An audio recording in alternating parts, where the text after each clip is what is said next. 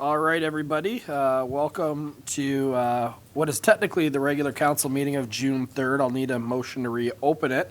So maybe we will kick it off by doing just that. Could I have a motion to reopen the meeting from June 3rd? I've got Councillor Heenan and seconded by Councillor Bennett. Any discussion on reopening the meeting? Otherwise, why are you here? Okay, all in favor of reopening the meeting, please signify by saying aye. Aye. Perfect. I will quickly, just for formality, since it is a different setting, I do want to recognize that we are on the unceded traditional territory of the Beskoto-Magadi people. The agenda was already approved. In conflict of interest, we already had a chance to declare those, and I know I've declared one that'll be coming up later. If anything should come before this evening, certainly do that. And as far as the recording of attendance, all members of council are here like they were at the previous meeting.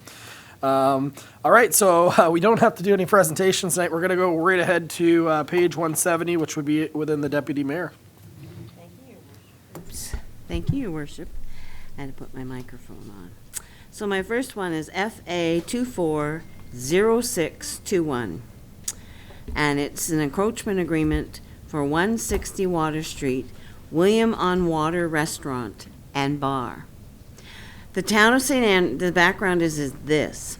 The town of St. Andrews has received a request from the owners of William on Water Restaurant and Bar to make enhancements to the deck that is sitting on town property at the corner of Water Street and William Street.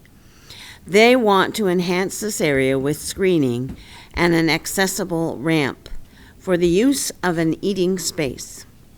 The decking is in this location has been in place for several years and was used by previous restaurants.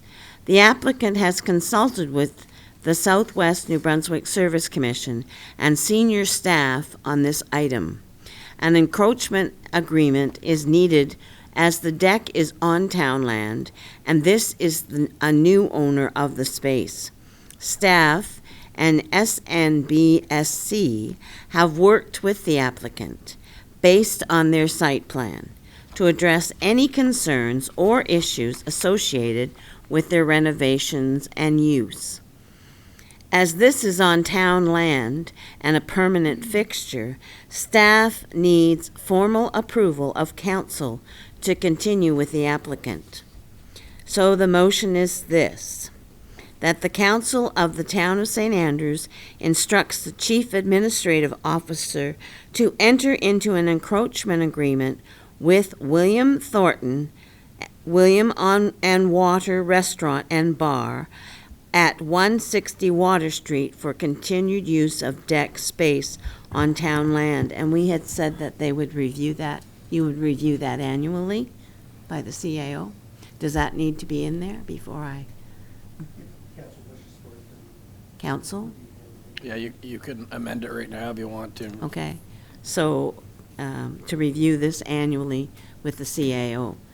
And I so move this, Your Worship. Okay, so technically that'd be an amended motion, right? So could I have a seconder for the amendment? Okay, all in favor of the amendment, please signify by saying aye. Aye. Okay, so the amendment has been carried. So now it's back to the discussion on this particular one. And I think just for clarity, I thought I turned that off.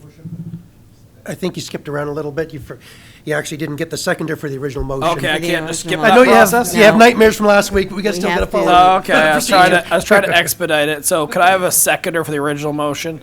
Okay, so Councilor Gumashell has seconded, and then you've got the amendments now? Does that work? So Okay. the amendment's been amended. So Council, just about the annual agreement, the reason that the discussion came up where the deputy mayor remembered that conversation from a couple weeks ago is the patio has been sitting there for a few years not being used, and by reviewing it annually, it gives the CAO an opportunity to say, if you're not using it, then maybe it's not the best. And the other question I asked is, you remember way before even my time, there was all the hedges that were cut in town because of sight lines. I was just curious if there was any concern with this going up for the sight lines, and I was told that no, it is actually fine for sight lines. So that's a little bit of background on this one. Any other discussion on this? Councillor Heenan. I just want to note that there has been work done on it already. I was by, so Okay. there has been work done, new sections on the side, etc. So I was noticing it the other day. Just a point of interest. Thank you. Okay. Councillor Gumashal, I see your hand. Thank you, Your Worship. These are from my notes I'd prepared for our last meeting, which we didn't finish, so I'll just breeze through them really quickly. A concern I intended to bring forward this evening is encroachment onto town property, and that's not speaking just to this motion, that's just in general. I don't mind adding that all over town, people are encroaching onto town land, whether it's parking spots or decorative cannons. I think we need to have an inventory of adjacent property owners who are encroaching onto town land, and that letters need to be sent to encroachers annually, reminding them of where the property ends. This will lead to fewer misunderstandings as we work to add more sidewalks to the town plat. So those are some notes I prepared for the last meeting, and thank you for entertaining them. Perfect. Staff will take that under advisement then, just to review some encroachment agreements within the community, make sure everyone is compliant with the agreements that they have and no one is, I guess you could say, doing their own thing. Anyone else? Yeah, sure. Yes, Your Worship, the work that has been done is not you can't see through it anymore. It's a big fence, and I just worry about the visibility on the corner. So I just have, because the traffic coming down William has to turn left, so you have to look right. And with these tall fences that are installed now, it's a little more difficult to see around. That's just all I'm saying. I think Mr. Knopper has a comment on that. Yeah, thank you, Your Worship. So that was already reviewed by the Southwest New Brunswick Service Commission for sight lines as it pertains to site triangles. There were no concerns with the site triangles as with the proposed fencing. Perfect, thank you. Any other member of council? Councillor Neal? Thank you, Your Worship. Just to add to that, again, from the sketch that we received, it looks as though, and again, I haven't been by Councillor Heenan, but it looks as though right at the corner, it's a 3-foot fence, is that correct? Not the 5-foot that goes the full length of the deck? That was the proposal, but we'll have to wait to see what the final build is like. So we'll have And to does it just- drop down? I think it drops down. Okay. It goes like this. So the sight lines are The probably- purpose of the drop down was for sight lines. Anything above 3 feet would be blocking the site triangle that was established in the Right. zoning bylaw. Thank you. 3 feet at the edge, yeah, it sounds like. And please note, Council, this will not protrude right into the crosswalk. It will only stop as far as the building frontage. So your crosswalk is part of your site triangle, so they had to ensure pedestrian safety and crossing was not interfered with. Any other member? All right, I'll call the question. All in favor of this motion, please signify by saying aye. That's everybody. So that has been carried. Wish them the best of luck with the revamped and hopefully used patio again. Speaking of encroachment, we have another one related to that. Thank you, Your Worship and Council. FA 240622. And it's encroachment agreement for 24 King Street Pizza. And the background is this. Mr. Carl Savoy of CHCO Holding Limited has made a presentation to council tonight, well, it was the other night, we just didn't continue on his request to install a ramp in front of 24 King Street Pizza. The goal is to make the business more accessible for those whose barriers to barriers to mobility, To make the building more accessible, he needs to build the ramp close to the curb, which is within the town's road easement. In discussion with the operations manager and after an on-site visit, staff recommends allowing the encroachment with a couple of terms and conditions. To be consistent with the other requests, staff recommends a charge for the encroachment as well. So the action is this: that the Council of the Town of St. Andrews approves an encroachment agreement with CHCO Holdings Limited on PID 1319789 24 King Street for the construction of an accessible ramp under terms and conditions set up by the Chief Administrative Officer, including, in the event of needed access to the water line, the property owner is responsible for the cost to restore the ramp, that the bike racks fronting the property be situated in the parking space in front of 24 King Street to allow better pedestrian access. And the third is an annual encroachment fee of $100 plus HST per year be levied. And I so move this, Your Worship. Could I have a seconder for that? Okay, Councillor Hurdle. Discussion? Councillor Harlan.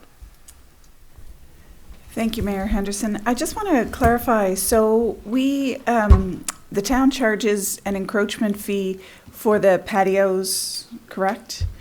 I do wonder if this is a little different. I mean, I really applaud Mr. Savoy for finding a way to make his business more accessible. And I know that that's a continued concern for us in this town. And we want to encourage any business who can look creatively at finding ways to create accessibility.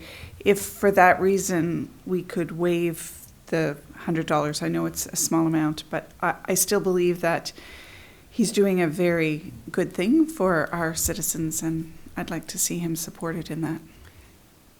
Yeah, Councillor, I wouldn't disagree as following the policy with everything. So thinking that council, if they didn't agree with that particular charge, would make an amendment to the motion. So whatever council feels is necessary. Perfect, and that's up, the encroachment as a policy. Council, just a quick nod, if you think that policy should be brought before and we change it where there's no charge for accessible ramps in the future.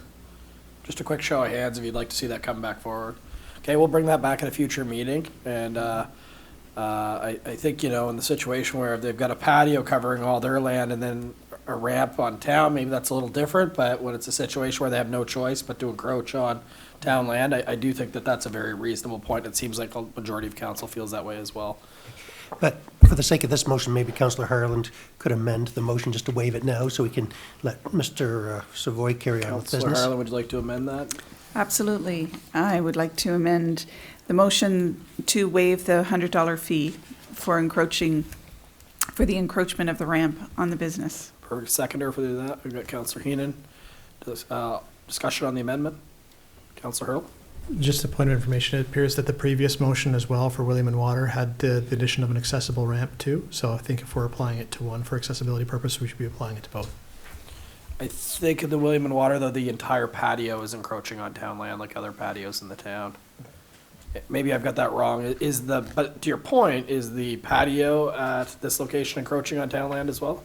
Yeah, there's an agreement signed with the Old Lobster Bay Eatery when it Okay, was so first it built for is that, and to- there's a charge on the patio portion. So they're already paying for the patio? Is that safe to say that? Yeah.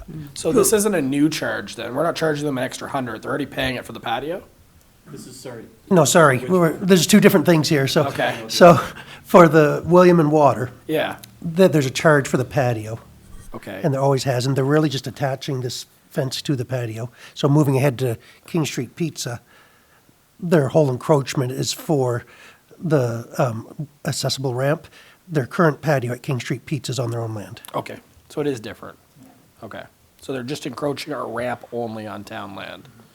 Because now the other one is encroaching a patio and a ramp. So if we waive it on that, then we have to probably waive all patios in the town. That'd be the,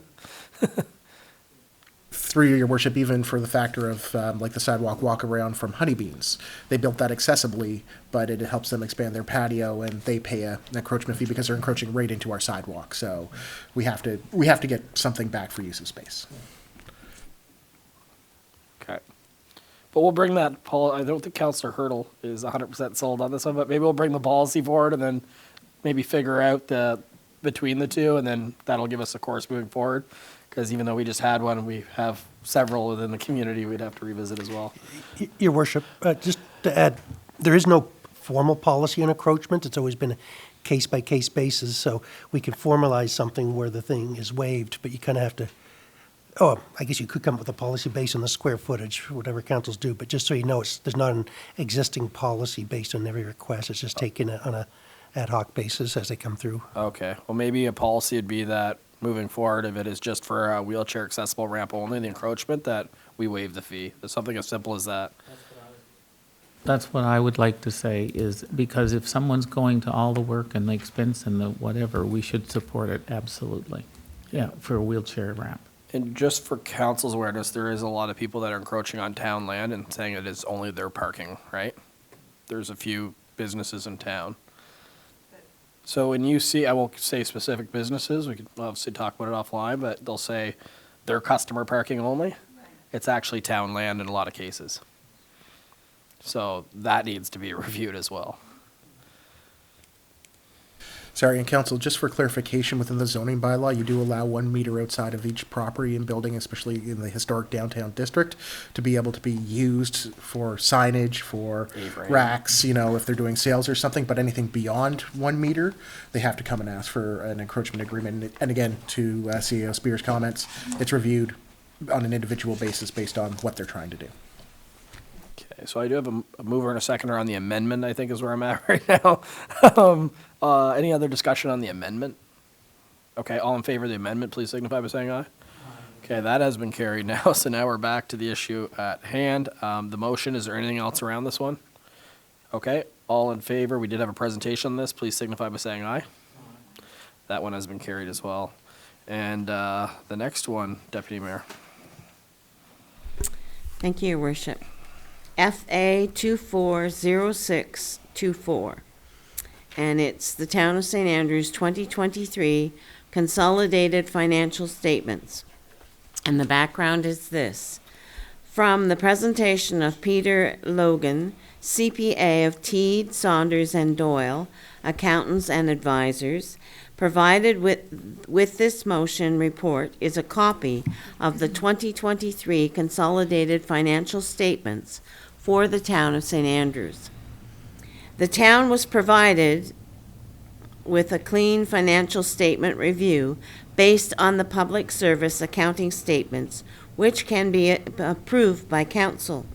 So the motion is this, that the council of the Town of St. Andrews approves the 2023 Consolidated Financial Statements for the Town of St. Andrews as prepared by Teed, Saunders, Doyle, accountants and advisors, and I so move this, Your Worship. Seconder for this one, Councilor Blanchard. Would anyone like a presentation on this? We've had a couple. Discussion? Councilor Ware. Few things, I guess.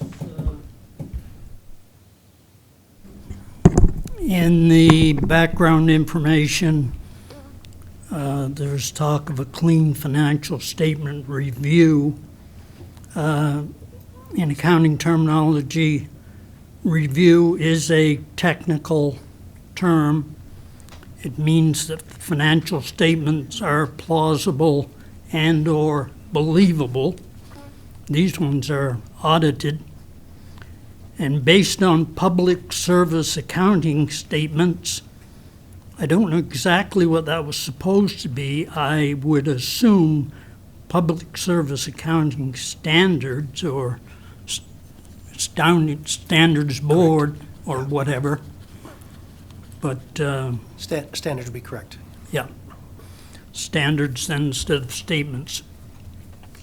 I guess the third thing is the financial statements are stamped draft. The auditor's report is not on the auditor's letterhead, and yet we're being asked to approve the financial statements, and I believe it should read, approve the 2023 audited consolidated financial statements of the Town of St. Andrews. And I think it's the first time I've ever been asked to approve a set of draft statements, formally approved for a presentation to the public and et cetera. So those are my comments. Perfect. So on that note, Mr. Spear, is that something that once they're approved, that they actually put the letterhead on them? Yes, Your Worship, they're in draft form until there's formal approval by council. Everything else, Councillor Weir is correct on, but it's only draft until it's formalized, and then they've sent us down the paperwork to sign off after tonight's So meeting. when I sign it, it will have all the the letterhead on it, rather. Well, I have a problem approving it before it's signed, but That's my personal, Can't put it on before. We can't sign it before council approves it. Yeah. And you are right on the standards, so just draw council's attention to page 180. So it says the accompanying consolidated, this is in the second paragraph, so the accompanying consolidated financial statements present fairly in all material respects the financial position of the municipality as at December 31st, 2023, and the result of its operations and changes in net debt for the year then ended in accordance with the Canadian Public Sector Accounting Standards. So you are right, Councillor Ware, that is the correct terminology behind that, so. Maybe moving forward, maybe we could talk to our accountant on maybe having it on, I don't see why even in the draft form why they couldn't have their letterhead on, and if it says draft, it's still draft, right? So, if that makes, council feel better, I think it's something that should be an easy change. Any other comments? Okay. Call the question. All in favor of approving this motion, please signify by saying aye. And any opposed? Councillor Ware is opposed, so duly noted. Thank you very much, council. And we'll skip ahead.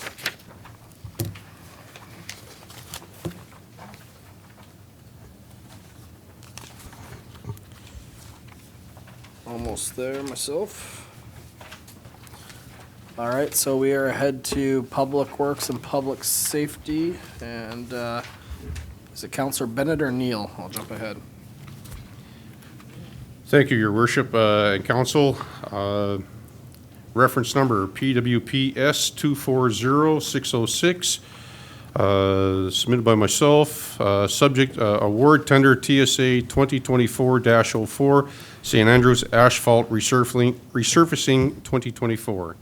The background reads, the Town of St. Andrews issued tender 2024-04, St. Andrews Asphalt Resurfacing 2024 on Thursday, April 25th, 2024. And closed on Thursday, May 9th, 2024. We received 3 tender bids for the project. Please see the attached letters from CBCL Limited for review. Submissions, HST included, Fundy Paving Inc. at $152,660.43. Galbraith Construction Limited, $200,146. NRB Construction Company Limited at $205,852.30. It is recommended by CBCL Limited to award the tender to Fundy Paving Inc. And the motion reads that the Council of the Town of St. Andrews awards tender TSA 2024-04 St. Andrews Asphalt Resurfacing 2024 to Fundy Paving Inc. in the amount of $152,660.43, HST included, and I so move. Thank you, Councillor Bennett. A seconder. We've got Councillor Harland. Discussion on this one? Okay, all in favor of awarding this asphalt tender, please signify by saying aye. Okay, that's everybody that has been awarded. We are now switching over to Councillor Neal.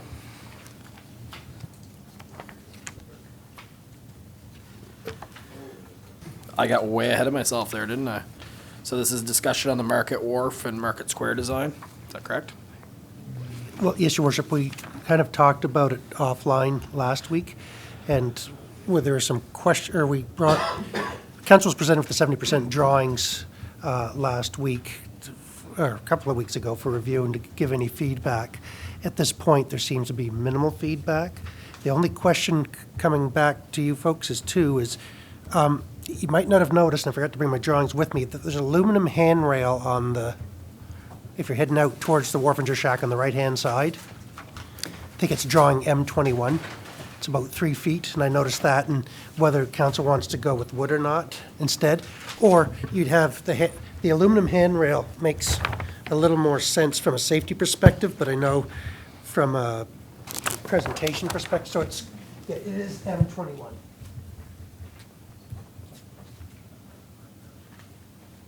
It's right by your thumb. Yeah. That one right there. Yeah, the bottom right-hand corners. It's a galvanized handrail. We do plan on putting sacrificial pilings or the wooden telephone poles cut down, if you know what I mean, that go on the outside of the wharf. They may not all be put up in the first year, that we'll install them some more gradually.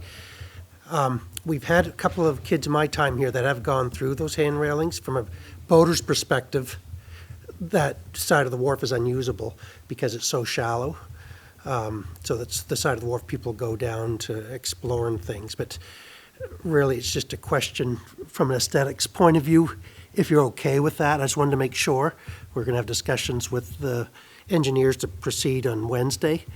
And I just wanted to see if you guys had a preference, if you're okay with that, knowing it's a little different that we have, but from a safety perspective is probably needed. But we could go with wood if you have a strong feeling one way or the other.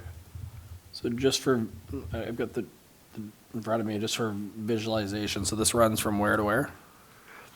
Well, it's going to run on that, just that new section. Okay. So, The whole length of the new section? well, not really the whole length, because you're infilling a long ways out, Yeah. right?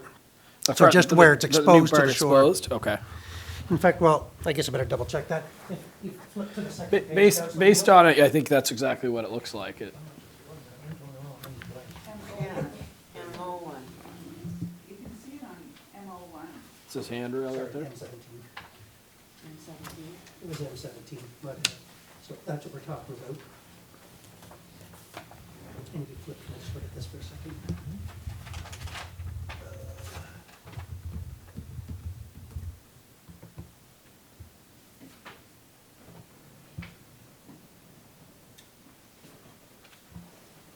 I'll have to double check it. It looks like it might go right out to the end of the wharf, but I'll have to double check that. Because I'm seeing almost in every diagram the word galvanized. Yeah. So, I guess I'd need to know specifically where it is. I would say that, Well, it's on the right-hand side for sure. A lot of the galvanizes underneath it, amendments with that particular thing may go out to the length of the wharf. That's in the proposal right now. That's why I'm checking with you. If you hate the idea, they can take it out. It's really that simple, if you have a strong feelings one way or the other on it. and that runs along that new section is where you're visualizing And- it. So it would go galvanized metal and then run into wood? Because you have Well, the no, old. because it's going to be, so, do you know what I mean by the wheel guard? So the wheel guard is, that's on the ground is the, I think it's 4x4, 6x6, whatever it is, so cars Yeah. don't drive over the top, like a curb, Yeah. that's the best Yeah. term, curb. So it'll be either on top of that or on the inside of it, so people aren't, well, be on top of it, because cars don't want to run into it. So they'll be on top of it or behind that, but then there'll be the sacrificial piles, we call them, that will be on the outside of the wharf. That will kind of hide it, but in between these, those things are 12 or 14 feet apart, I think. You'll be able to see this handrail. And I picked it out that it might be a concern to council, that's why I'm bringing it before you. If, like I said, it's only an aesthetics issue, one way or the other. It is a safety issue to keep it, don't get me wrong. But talking to the engineers, they said they can do something in wood. Wood has to be taken care of, painted, blah, blah, blah. But that's perfectly okay. From the heritage perspective, maybe prefer to remove that. And it's not a big deal to the engineers one way or the other. Is it believed that the wood would have a lot shorter life cycle? Likely it would, yes.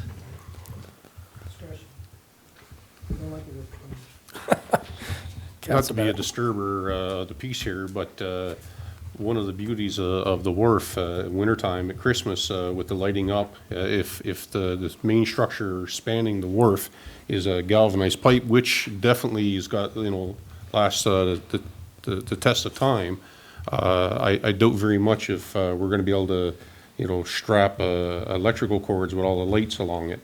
I'm sure there would be an issue with, strapping electrical cords on a metal pipe. So even if they could put a piece of wood handrail across the top of it or something, where we could affix the lights and all the power going along there, I'm sure that would probably alleviate the situation with the Christmas lights. I would hate to see it not be able to put the lights up because we got a galvanized pipe. I think the lights could probably be put on just using the pole straps, I'd assume, or along the piles. I can't even remember if the lights go on that side or the other side. I thought they went on the other side, to be honest, but I can't remember. I guess they go. They go on the right while you're going down the There, wharf. yeah. Yeah. Okay. I guess from it was previous council to this council, but kind of when they selected it, they selected the option that they thought was going to last the longest, that was going to be affordable as much as possible. But what they did want was, when at all possible, to keep it looking to that feeling of what it is today, with the wood wharf when possible. So personally, myself, council, and I'll get some input from you, but I think the more that we can actually use wood on this, the better it'll look to the traditional. It would also blend in better with the end of the wharf, which is pretty much all wood, as you're aware. So council, over to you though on that one. Anyone prefer wood? Show of hands.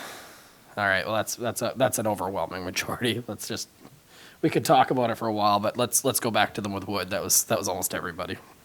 Thank you, Council. And from my perspective, unless there's any further questions from those drawings that you came across, let me know. Councillor Harlan has one.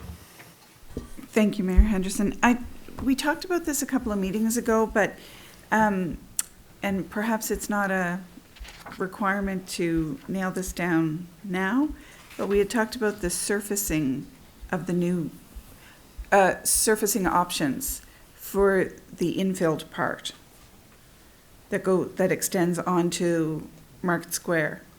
Have we had an opportunity to hear from CBCL regarding that?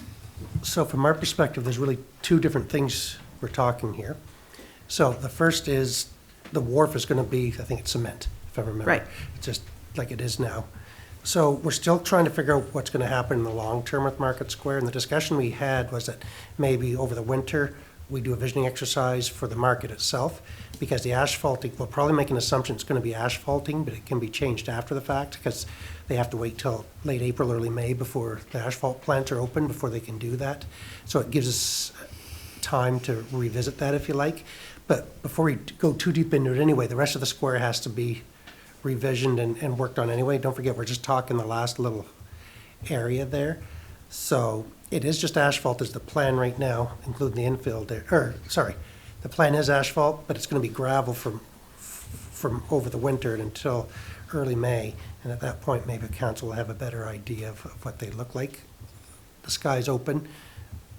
Everything's going to probably be a little more expensive beyond the asphalt or concrete, but that's fine, depending on where everything is anyway on pricing. But we can possibly revision that and do interlocking brick, stamped brick, whatever, as council's pleasure. Okay, thanks. Okay. You're good then? All right, we will go ahead to the next motion, which is Councillor Neal.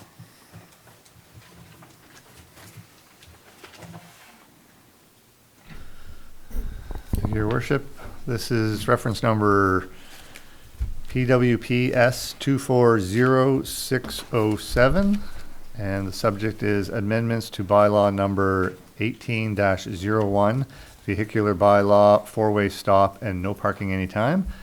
The background reads, staff are requesting changes to Schedule B, no parking anytime, and Schedule I, stop signs and yield signs, as it relates to bylaw number 18-01, vehicular bylaw. The requested changes are as follows. 1, amend the east and west four-way stop at Augustus Street and Water Street due to safety concerns on vehicles traveling along Water Street. And 2, addition of no parking anytime along Princess Royal Street, south of Water Street for the boat launch and along the south side of Pagan Street. So the motion reads that the Council of the Town of St. Andrews approves the following amendments to bylaw number 18-01, a bylaw to regulate vehicular traffic in the Town of St. Andrews. 1, removal of the east and west four-way stop at Augustus Street and Water Street under Schedule I, stop signs and yield signs. Number 2, the addition under Schedule B, no parking anytime along Princess Royal Street, south of Water Street on the east and west side to the boat launch. And 3, the addition under Schedule B, no parking anytime along the south side of Pagan Street, and I so move. Thank you very much, Councillor Neal. Seconder for that one. Got Councillor Heenan. Discussion? Okay, all in favor of that motion, please signify by saying aye. Aye. Thank you, Council. That has been carried. And we're moving on to page 215, which again is Councillor Neal. And Your Worship, this was the one that I had previously declared I a thought conflict so. on. Perfect. So, So I will, since you're sharing that portfolio, I'll pass it over to Councillor Bennett, if you're okay with that, Councillor Bennett. Certainly, Your Worship. Councillor Bennett, sorry, just wait. Technically, have to wait to Councillor Neal. Yeah. The builder. Thank you, Your Worship and Council. Reference number PWPS 240609. Subject tonight is DFO agreements for wharf access, Viola Davison jib crane, and small vessels. The background reads, Department of Fisheries and Oceans have been working with town staff on updating agreements for access to the wharf for the Viola Davison and installation of a jib crane and for other small vessels. Please see attached draft agreements for more details. Overall, staff can manage the placement and needs of the Viola Davison and wharf dock space and access to services. The town has earmarked 2 moorings on an as-need basis for the small vessels. The jib crane installation will be strictly for DFO use only at this time. Wharf staff had limited time to support others in use of the jib crane, thus should only be used by DFO staff. The town will have the option to retain the jib crane at the end of the contract if so desired. Staff will work with DFO on the installation of the crane as it relates to the upcoming Market Square and Market Wharf reconstruction.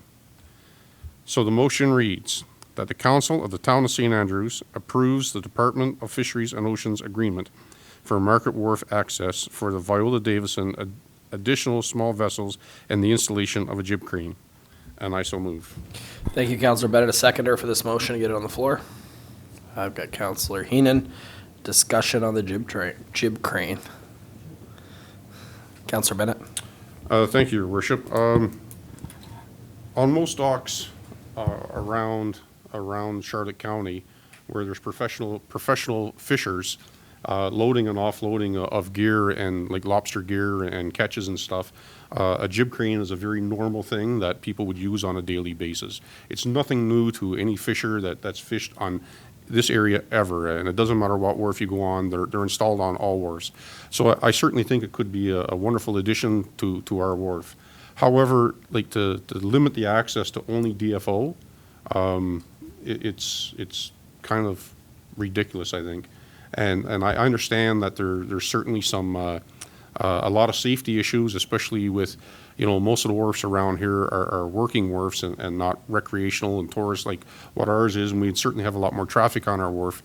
But for the fishermen to do what they have to do to offload their gear and to offload their catches each night when there'll be a jib crane right beside them on the wharf, I think that's a little disrespectful to our commercial fishers.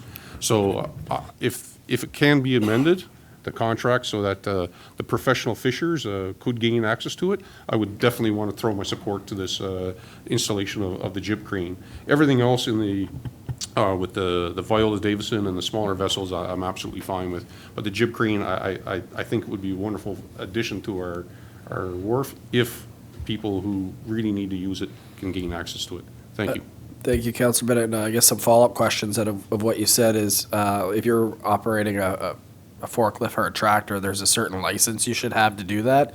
Is it safe to say that a jib crane would be the same way for safety? Because there'd be a safety element to it. I don't know. That's why I'm asking. No, thank you, Your Worship. And on any other wharf, they're unlocked. They just have an electrical panel right beside them, and anybody who needs to use it can simply go over, take the control out. It's like a winch control. It's just up and down, and you turn the power on, and like literally, you lower the hook to whatever you need to hook onto, and you raise it. There's no training. There's no course that any of the local fishermen would use. It's just something that they use on a daily basis, no different than what somebody would use, like a winch on their side-by-side, or quad, right? When you buy a quad or whatever, you don't get training on a winch to bring something in, and on the cranes and And I get it that on a federal dock and federal employees had to be qualified on everything, and federal employees do have training on these jib cranes and stuff, but all the commercial docks around here, like you say, they're unattended, they're left open for use 24 hours a day, and it's just something that, like, people use every single day when they go fishing.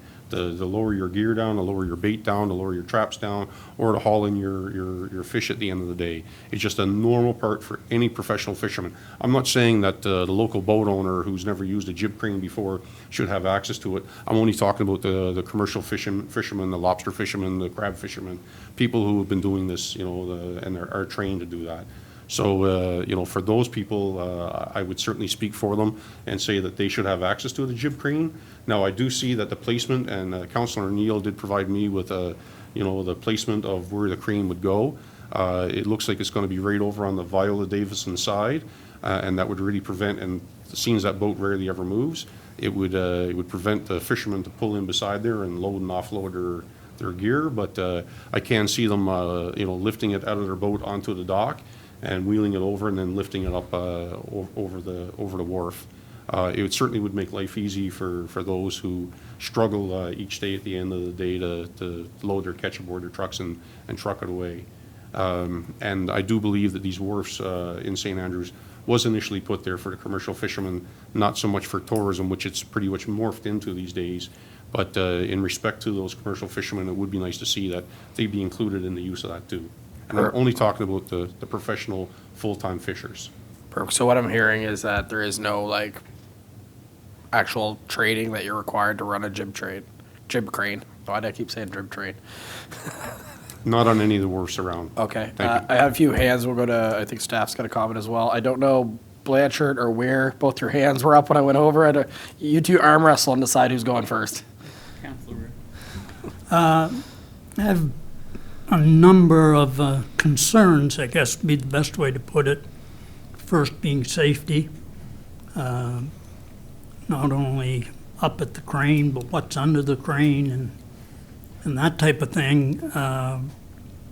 If everybody has access to it, you can go over and pull out the electrical controls.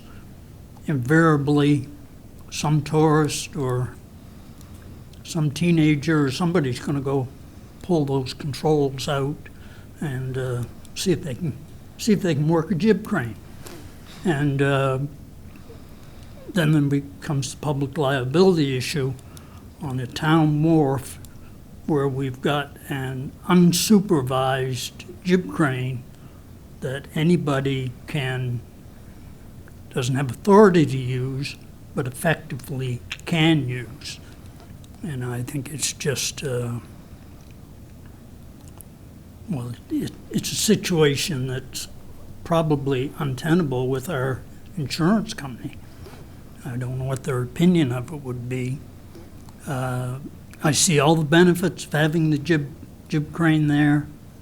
I know the commercial fishermen like to use it, but it has turned into a tourism wharf and used predominantly by tourists. And to have that apparatus there, having worked around infrastructure such as that for many years, I know some of the escapades that can happen with a piece of equipment is left unattended. You can't even guess some of the things that would be tried. Thank you, Councillor Blanchard. I would share the same concerns of Councillor Weir. I don't think it would be an option on the town wharf to have it unattended and available for everyone to use. I know DFO is proposing to install this, and it would make sense that they would have sole access to it until such a time perhaps as it gets turned over to the town, if in fact that's what we wanted, to take on that liability. Certainly as a previous employee of the federal government and down on the DFO wharf, there was a significant amount of training in terms of rigging and all those sorts of things that everyone was required to take in order to utilize the crane. So I understand that maybe in other places, maybe not necessarily the case. Certainly the federal government, and, you know, I would think municipally, in terms of liability, we would want to explore something like that if in fact we were going down that road. The other part of that as well, I think, Councillor, I think there have been some discussion about how big this crane would have to be. As I understand, the jib crane, it's just a single arm. It doesn't retract on itself, so it would have to be long enough to be able to extend not only the wharf, but beyond the walkway down below. So I think we were talking somewhere in the range of about 20 to 25 feet or something like that. A steel arm at the end of essentially at the end of our wharf. You think about the swing of that, the rotation of that, and again, what would have to be clear of it, certainly there'd be no parking, very little park. It would take up a significant number of the parking spaces in and around the wharf. You couldn't have a vehicle underneath that jib crane as it swung across with a load. You'd also have to be very wary of tourists, anybody. It is a recreational wharf more than it is a working wharf now. We know that, a commercial wharf rather.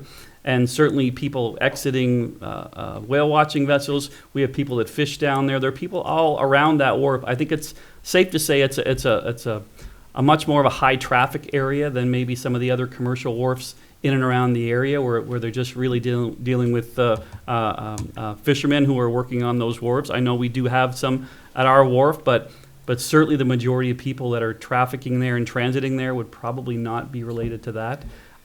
So to me, there are a lot of concerns and a lot of reasons why we maybe wouldn't want to explore that. I guess my other question for staff is as well, when are they looking to have this installed? Knowing knowing the discussion we're having around wharf construction and things of that nature, when are they looking to install this? Through you, Your Worship. Yep. We're just laughing because we had a conversation this afternoon that got a little bit excited because they want to install it about like 3 weeks before construction, and I said it's really a bad idea for a lot of reasons, and where they're putting it could potentially interfere with the business.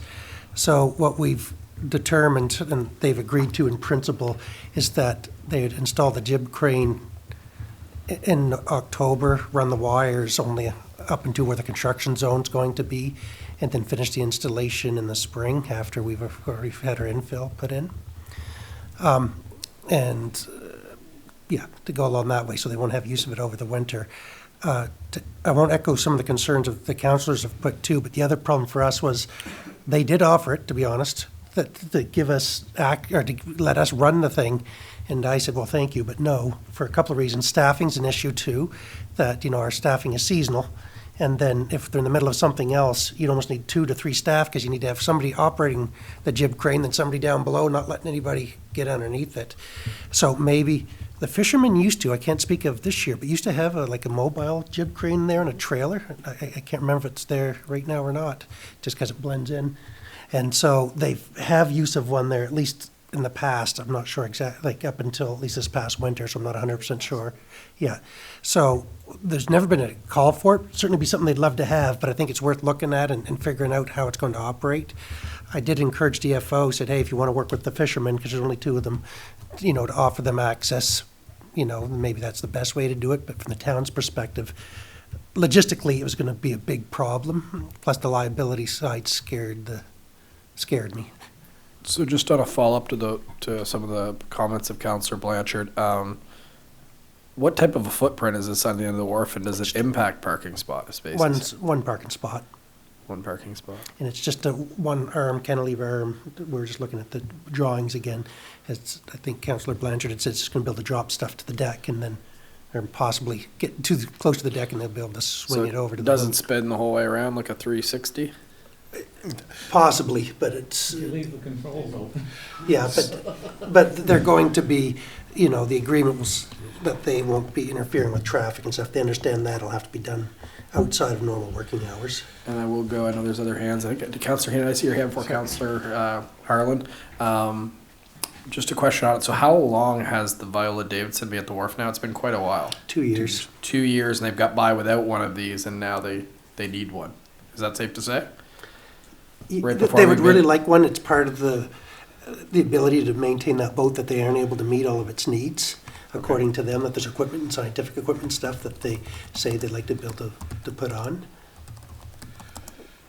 Okay. That's what they're asking me. Oh, for sure. We'll go Councillor Keenan was first, then Councillor Harlan.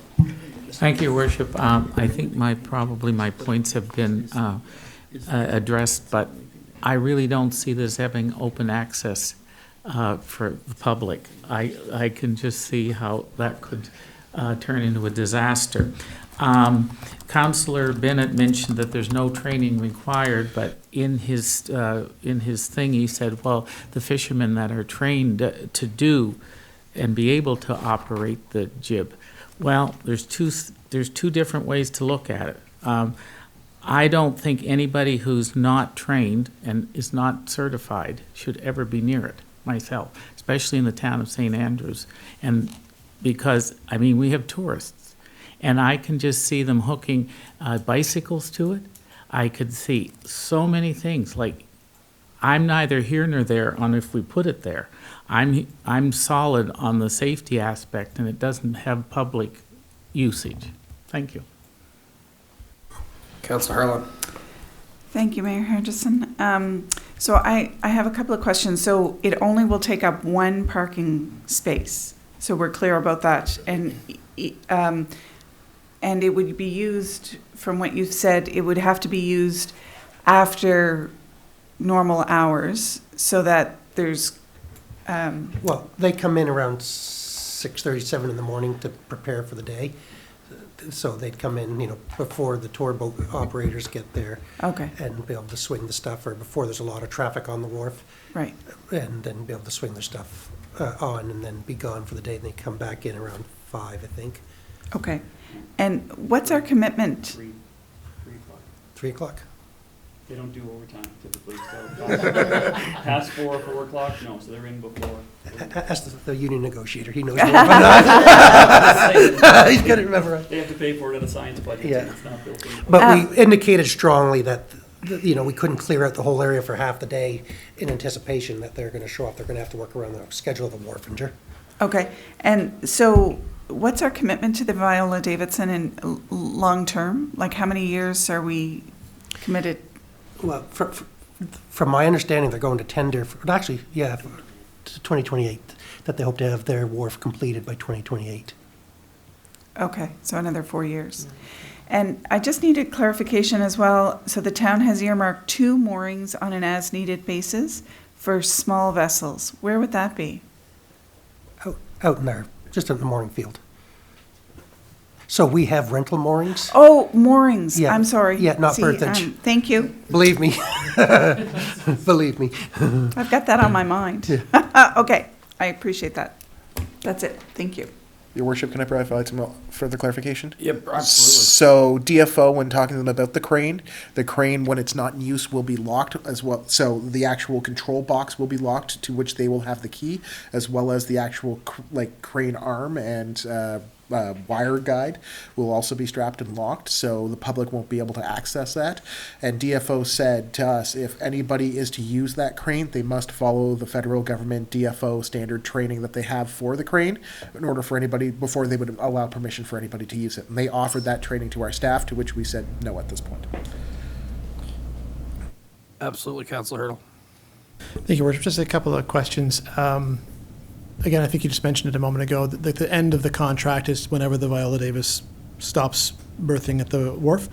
What I have to consider is, my actual question is, no public funds will be used to do the installation. So that includes staff hours, supplies, so the town won't incur any cost of the installation.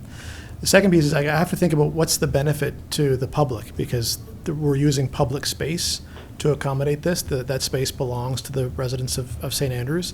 So what then becomes the benefit for them to offer that space up? At the end of the term, they're saying that they may allow us to buy it back again by the jib, because they're not saying they're going to give it to us for free. They're going to say they're going to come to mutually beneficial conditions around us continuing to use it. When I read, we're going to have to buy it. And if we don't... It's cheaper for them to give it to us than to install it. Well, to be right. honest. I just hope that if that's the case, then we just consider that very strongly at the end of this. If we are sacrificing public space for a long period of time, the public is giving something up, what are we getting in the back end? So I guess the answer to that with Viola too is that it's a research vessel for a significant employer in the area, was part of, because we've had this discussion probably a year ago when we started getting into it. Because as we know, the berthage space is as a premium down there, and I brought it to council and they're okay to go with that. They are paying $1,000 towards additional parking, whatever that means, but that's how we valued parking within our zoning bylaws, so we said we can use that to try to figure something else out. Outside of that, it's, the Viola can act as a Coast Guard vessel that can help in certain situations, and so there's a benefit of having it here. And the concern was that if we didn't allow for some of these provisions, they would move it out of this area. And so they've been great to work with, and we've been following council's lead on this. We had a discussion when they first approached us on the Viola initially, so staff is just trying to work for them to meet these conditions to make their life a little easier for the employer and Government of Canada. Just as a final note, the Government of Canada and DFO did have the opportunity to buy and own that wharf into perpetuity, but they chose not to do that. I would have given it to them for 20 cents. That's a standing offer from us. It's hard for me not to say that the town was on their knees and got put in a situation where they had to inherit that wharf. It still bothers me. Councillor Bennett, just one thing just for relevant, I've got an old email here, and I was told that the jib crane can't swing towards the fisherman's side as there's a light pole there, and also that DFO staff can actually load at SABs currently. So they do have a way to load gear at SABs. It doesn't say jib train, so jib. Why can't I say that? Wow. Councillor Bennett. Thank you, Your Worship. I just want to clarify one thing. First of all, in no way I want to clarify the point that I'm trying to show my support to our local fishermen, and I in no way said that public should have access to that crane. And for those of you who don't know and haven't been around the wharfs, right beside the crane, there'd be like a 2 foot by 2 foot by about 3 foot high box with the electrical panels and the on switch in it and the winch controls with the buttons for up and down in. On those panels, there's a locking mechanism where you can put a padlock on it to lock it out. And I'm sure that's what they mean by when they say they're going to lock it out, they put a padlock on it. And what I would think would be reasonable is that like the skippers of the two commercial vessels could have access to that. And if it meant that they had to do the federal government training, I'm sure that they would be fine with that, they gain access to it. And if it's too unsafe for the commercial fishermen to use it, then I would say that it would be completely unsafe to have on our wharf, period. Thank you. Thank you, Councillor Bennett. Any other member of council? We're going to have to wrap this one up soon. Councillor Blanchard. Yeah, just one more. I'm just trying to envision how one parking space, though, because we are talking about a 20-foot long jib crane. Is that roughly, like, do we have an approximation here on the size of this crane? 12-foot reach. Sure. So swinging it, you could use two, but we're assuming one of the locations that we've limited parking there too, because it's, well, it's not right, there's not private spaces, sort of looking at the old building tonight. So, it's limited there. So when the truck pulls in, you just swing, there's no one around, put a pile on and sort of safety. Sorry, the idea was they won't show up at 12 o'clock when there's tour boat operators all around. Well, they'll be denied the ability to do that, I guess. The wharfinger has the control and can tell them, not now. Yeah, I just, based on experience, you don't always have that kind of control over when you come and go, and there's usually offloading certainly at the end of the day to get things out. I know, like I said, there is capacity to do certain things down at the government wharf currently. I don't know. I just haven't heard. I know it's a nice thing to have. I just don't know if it's an actual need at this point. Like I said, that would be my. Staff can't. The request was made by DFO, so we're trying to help them move along. But just to back it up a long ways, this discussion isn't new. We actually talked about this maybe close to a year ago about the possibility, and you said you were open to it, so we're starting through this process.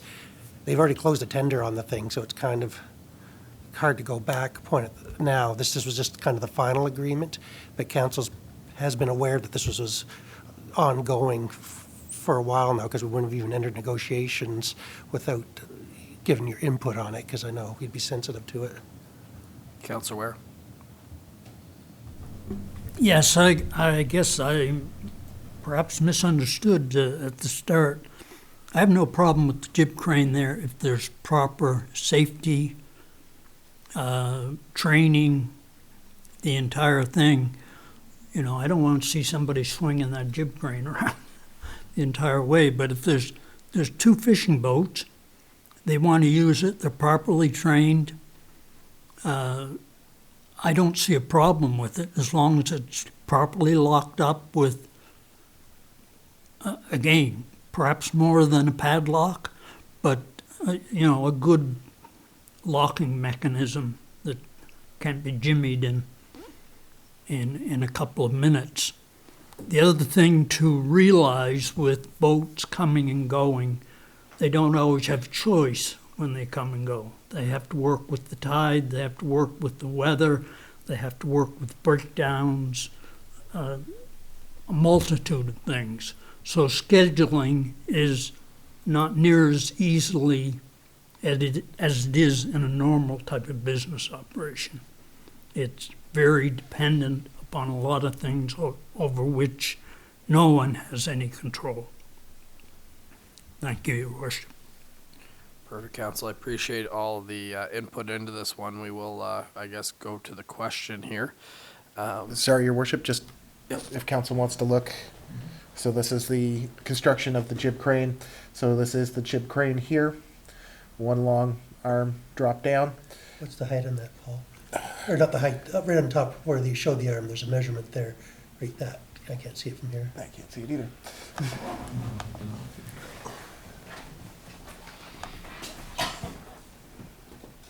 So 33, 24 millimeters, 300 foot, so 10 feet, 10, 12 feet. Capacity is 900. And so you're aware of where it would be on the wharf. This is its swing radius, as noted, that it cannot swing out to where the fishermen are because of the lamppost, but would be within the Viola Davidson and the area there.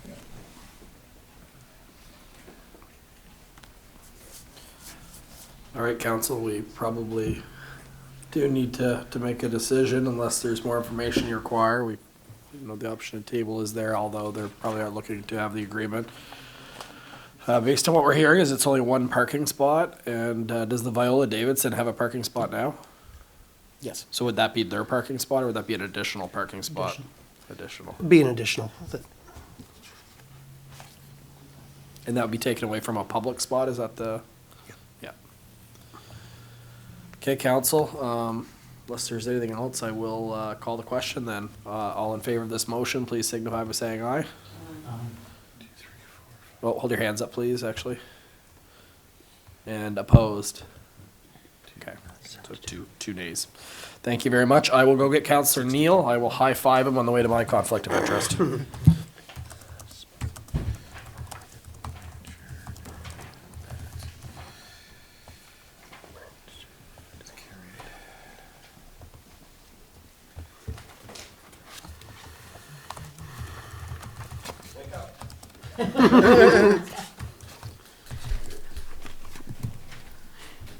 Page 241, Council. 230, 241. 233. 233, I jumped way ahead, sorry about that. 233? No, 233 for the Okay. brewing company. Councillor Ware, this is your portfolio? Yeah, I mean, it has your name on the top.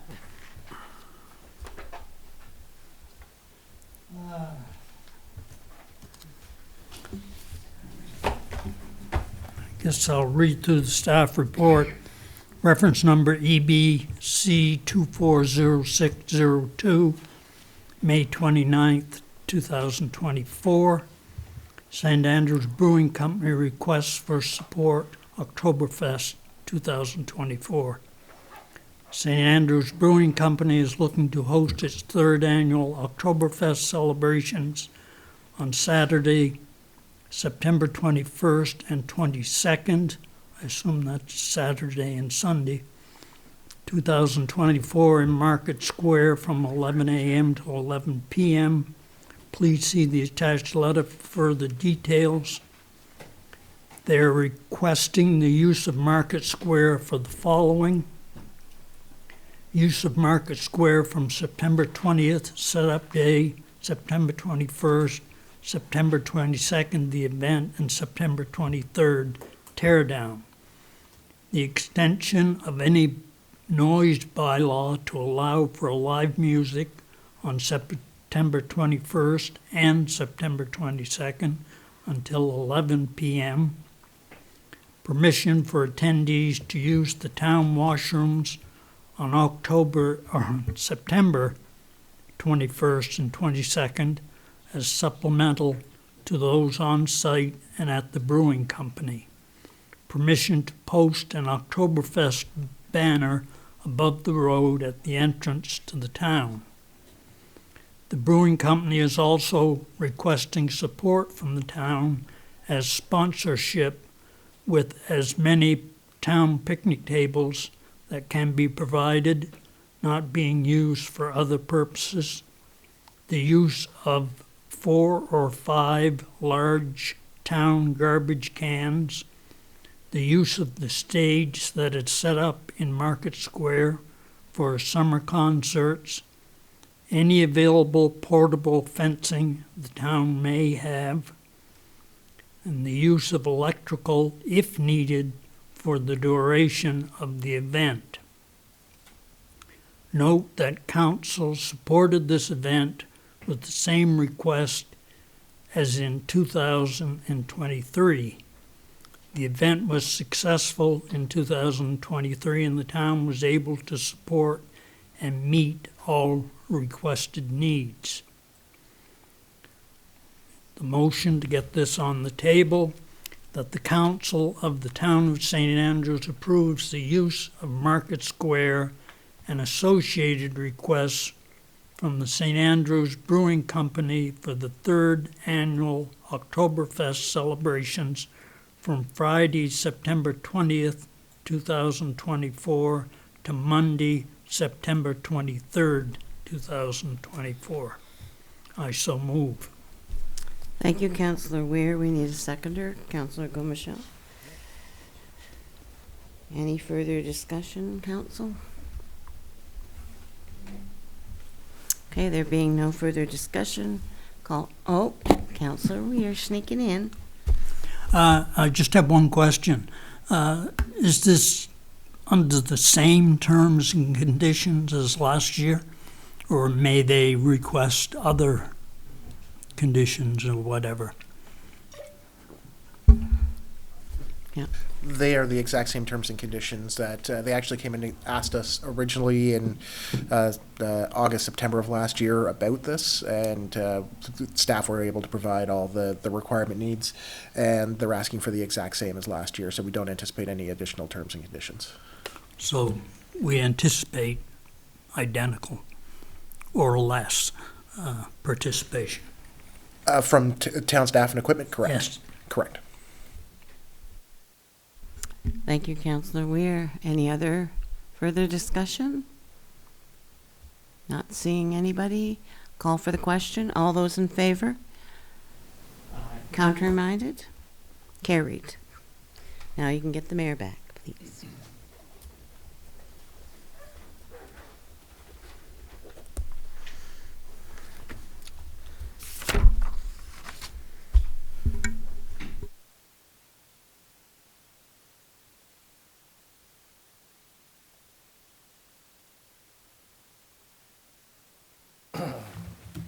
All right, so we'll Councillor keep Hurdle. going with Councillor Hurdle in regards to the staff job descriptions for tour guides and museum supervisor. Thank you, Your Worship. This is in reference to EBC 240601, as submitted by myself, and the subject is staff job descriptions for tour guides and museum supervisor. The background is that staff have been updating the human resource manual regarding job descriptions for seasonal staff, Absent from our manual are descriptions for tour guides and the museum supervisor. Please see the attached documents for reference. Staff are seeking council approval to add to the human resource manual. And the motion before us is that the council of the town of St. Andrews approves the human resource manual job descriptions for tour guides and the museum supervisor. And I so move. Got a seconder. I think Councillor Heenan won that one, Deputy Mayor. Discussion? Okay, all in favor of this motion, please signify by saying aye. Aye. That has been carried. We are moving ahead now to the AMANB motion, which is on page 241. And that would be Councillor Hurdle again. Thank you, Worship. And this is in reference EBC 240604, submitted by myself, and the subject is the AMANB, and don't worry, I'll describe what that is in a moment. Conference, St. Andrews, September 10th to 13th, 2024, request for support. The town of St. Andrews is hosting the Association of Municipal Administrators, New Brunswick, 48th Annual Conference, taking place September 10th to 13th, 2024. This event will bring over 100 municipal representatives from across New Brunswick to our community for education, networking, and exploration of the town. Additionally, provincial ministers, other government representatives, municipal vendors, and other representatives will attend this event. Chris Spear, CAO Treasurer, and Paul Knopper, Clerk, Senior Administrator, are also co-presidents of the event and have been working closely with the AMANB staff and committee on the development of this conference. This year's theme is Inspiraction. Nearly 2 years into local governance reform, it is even more important that municipal officials continue to find inspiration and take actions that will promote sustainable and positive growth for development in their communities. Municipal leadership is a challenging but rewarding subject for anyone who takes on the task. Our intention and hope at the end of this conference is to help municipal representatives in their various roles within local government navigate uncharted seas to success. Our keynote speaker will be Dr. Gordon McIntosh. AMANB President Dave Brown has submitted a letter to Council requesting financial support for the event.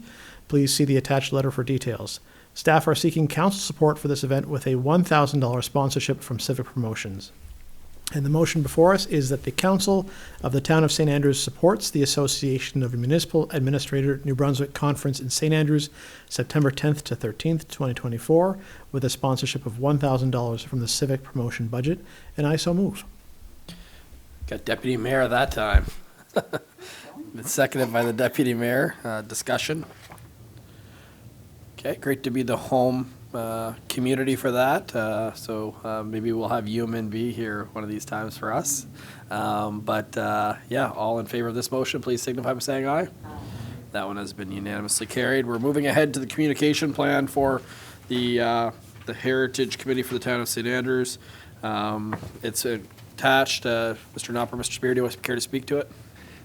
Thank you, Worship. So the Heritage Committee, although working independently, at your request, wants to make sure council's all on board with how they're communicating it to ensure that they meet your expectations as they go forward.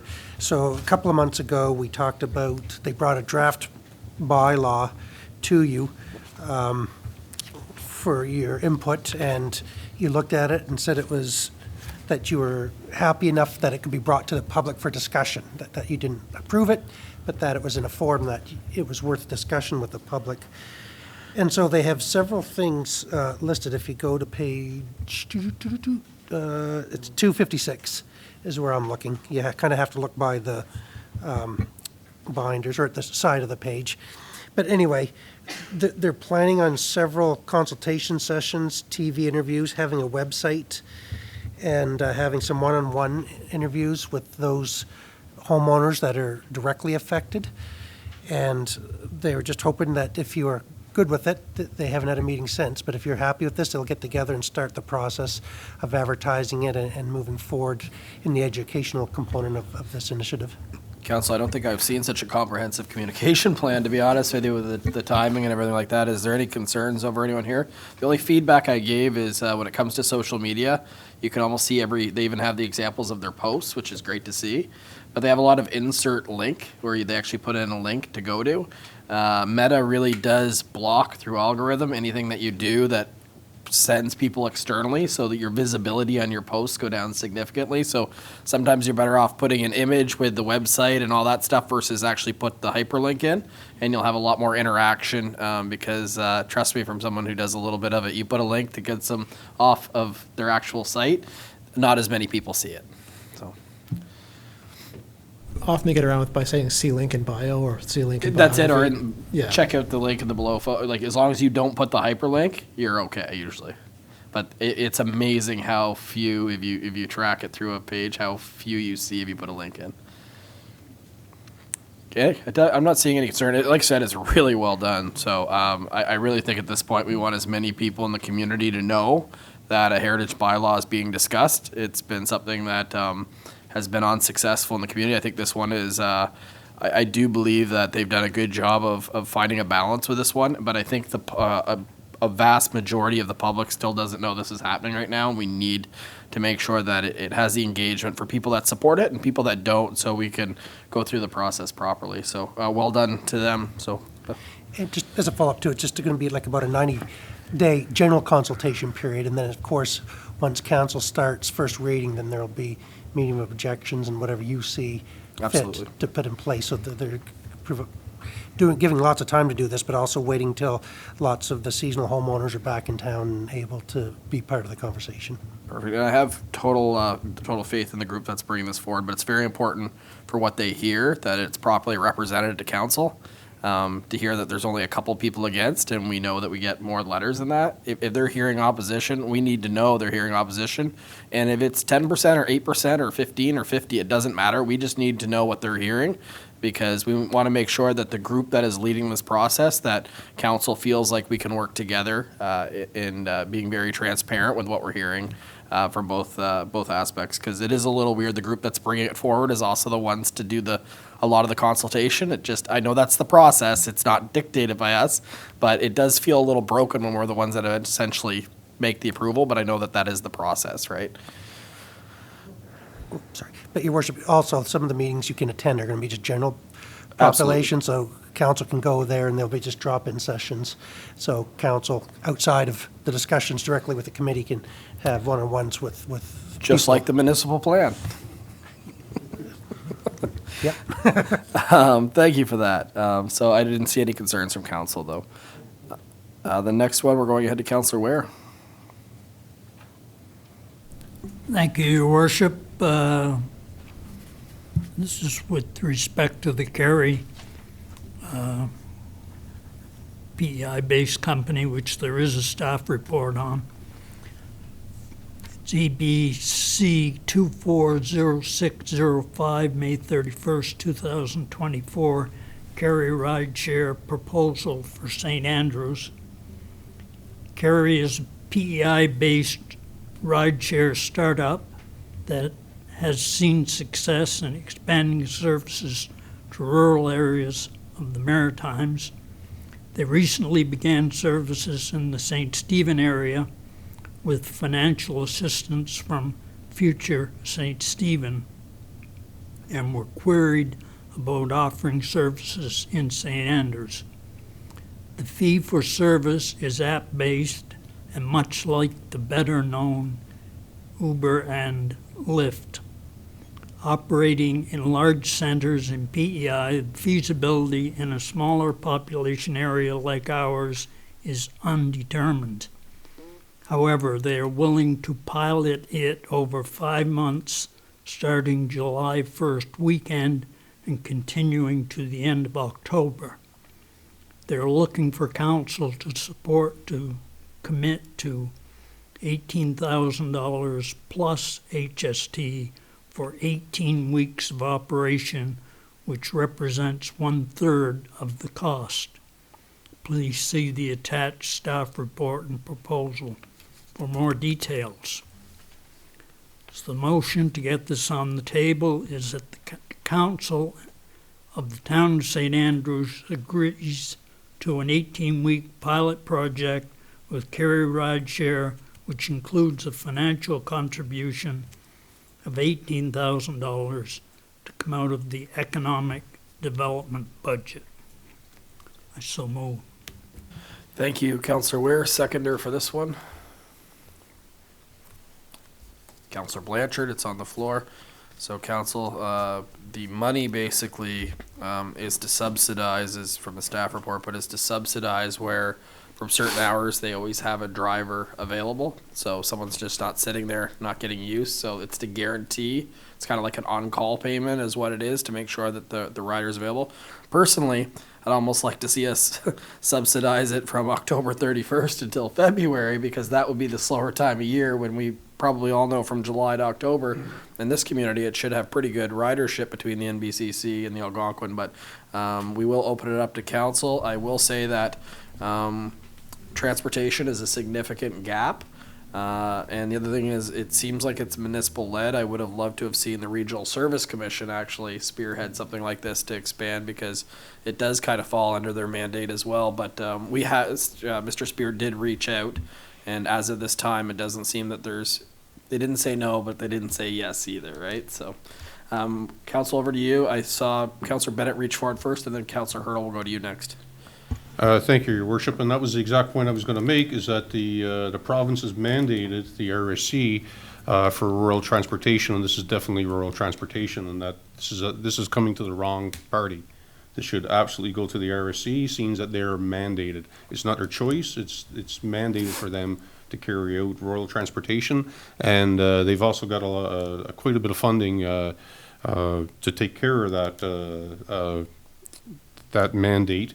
As I was sent away when I was told that I was going to be responsible for rural transportation, I went to Fredericton and attended a conference, and there's quite a bit of funding for rural transportation in New Brunswick.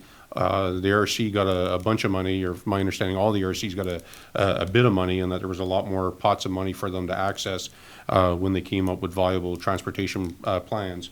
So with this mandate, it absolutely should go to the RC 100%. And we could see another wonderful opportunity to maybe people move around Charlotte County. Thank you. Thank you. I will say that the challenge with that, because I do think that it should be led from a regional perspective, because this pocket base, so right now if it's operating in St. Stephen, if you want to go to St. Stephen, because they have a partnership, you can get a ride through the app right now to go to St. Stephen, but in St. Andrews you can't get a ride to go to St. George.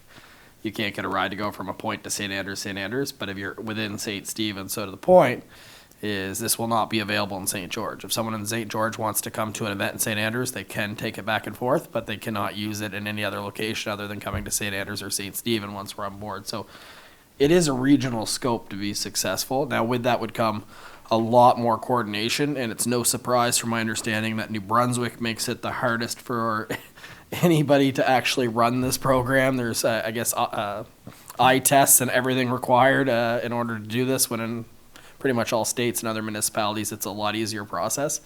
So that's a little bit of barrier to entry, but I do hear you. Councillor Hurdle. You got there eventually. Yeah, my mouth, it just did. Thank you, Worship. I'm a strong advocate for public transportation, and always will, hear any creative ways at solving what the mayor has said is a gap in our community and does need to be solved for. I just have a couple of concerns about this request in front of us now. Just in the information that was provided by Carrie, I didn't see any mention of their business structure, so I assume it's a for-profit business. So for-profit startup that's coming out of PEI, and I welcome the fact this is a maritime homegrown business as well. But for a for-profit business asking for public funding, I would request to see their financials, as I would for any publicly funded initiative in the area. How exactly our money would be applying to this service, because what I'm reading here is that they say $18,000 plus HST from the community is 1/3 of the cost for 18 weeks. So that's, what is that, $58,000 for 18 weeks plus the fees of the drive. And my understanding the fee is from St. Stephen to St. Andrews is $50. So that's a significant cost. I mean, if you split the drive up between 1 to 4 people, that reduces that cost. But I just need to understand, where is the money going? Because to me, that's a lot of money going for a rideshare program that I just need to make sure that we're getting what we're investing in. And I just don't have enough information to know that 18,000 isn't going into somebody's pocket. I just need to make sure that's the case, so I just request if they're asking for public money, that they would be providing financials for us to support that. So Councillor Hurdle, not that they won't give their financial statements, but a lot of private businesses don't. Would it be all right for them to submit a budget of what this would actually cost to run in St. Andrews, so you could see at least what they're putting in versus what it costs for this specific action? So that way you can see that your money's not going in their pocket that way? Well, it just the money just doesn't seem to line up to the service, and I just would like to see something that puts my mind at ease, that this is, the funds are staying in the community. I think and I don't have the numbers, but I think a big aspect to this, that where a lot of the cost is coming from, I guess the insurance is very, very significant to operate, and they actually pay the insurance to the drivers, or for the drivers, is my understanding, Yeah, Mr. well, it's Spear? the drivers own cars, so yes, they'd have to pay the drivers.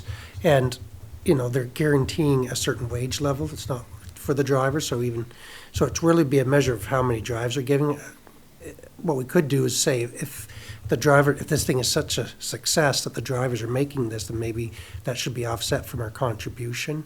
But I've seen the numbers at St. Stephen, it's being used, but it's still in the developmental stage where they have multiple drivers available and they haven't generated enough rides to keep them all profitable, that it's just still building up a base of those who are willing to use it. And not to think the sun rises and only sets in St. Andrews, but if you look at the car share program that's going on with Project Village, the St. Andrews car is used more than the other 3 cars combined. So there's a safe assumption that if this model's viable in any community, especially in the summertime where they're proposing it, that it should be financially viable in St. Andrews, because my understanding is in St. Stephen, it's already very close to being financially viable. So Councillor Ware, and then I'll go to you, Councillor Harlan. Thank you, Your Worship. I concur with Councillor Hurdle in that if they're coming for public funding, they must give us some type of financial information. COA, Opportunities New Brunswick, doesn't matter who it is, you've got to, give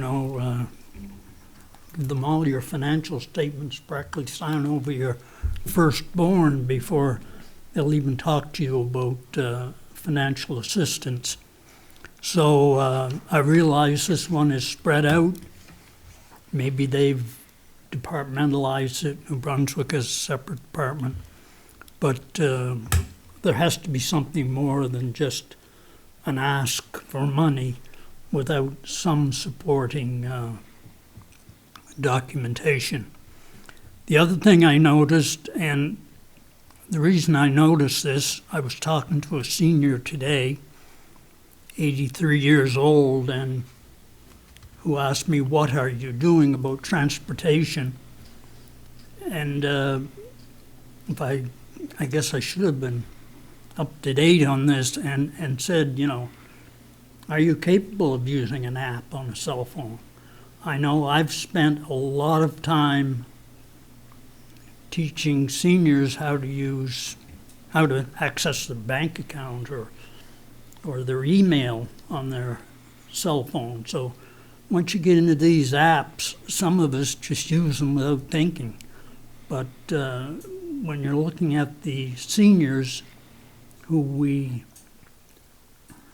do owe some type of transportation system to, I'm just wondering if this is the right way to go.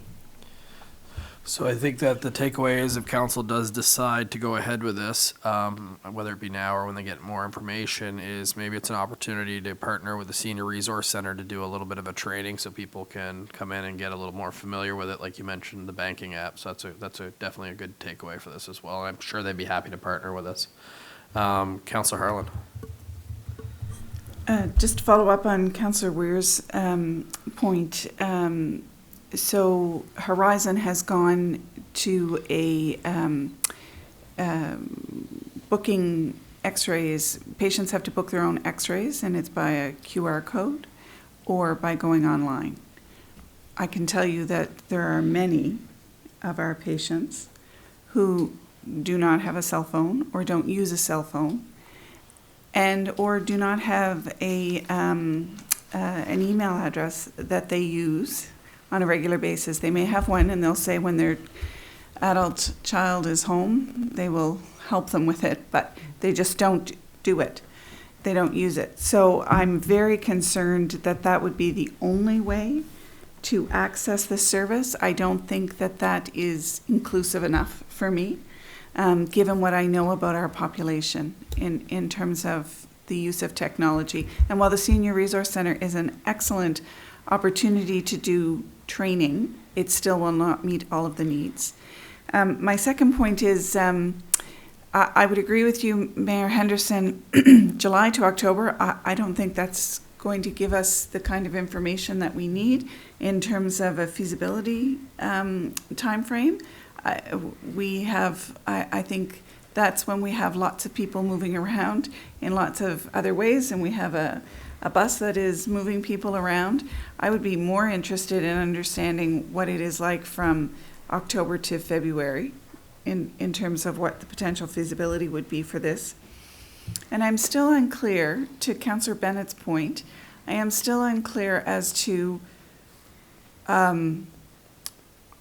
why this is coming to our table for funding and not to the RSCs. And I understood you to say that you had, staff had made the request or had asked the question to the RSC, but we have not gotten a definitive answer. Is that correct? On funding, the truth is, and I don't want to speak for other communities, but I'm guessing that this isn't viable in all other communities.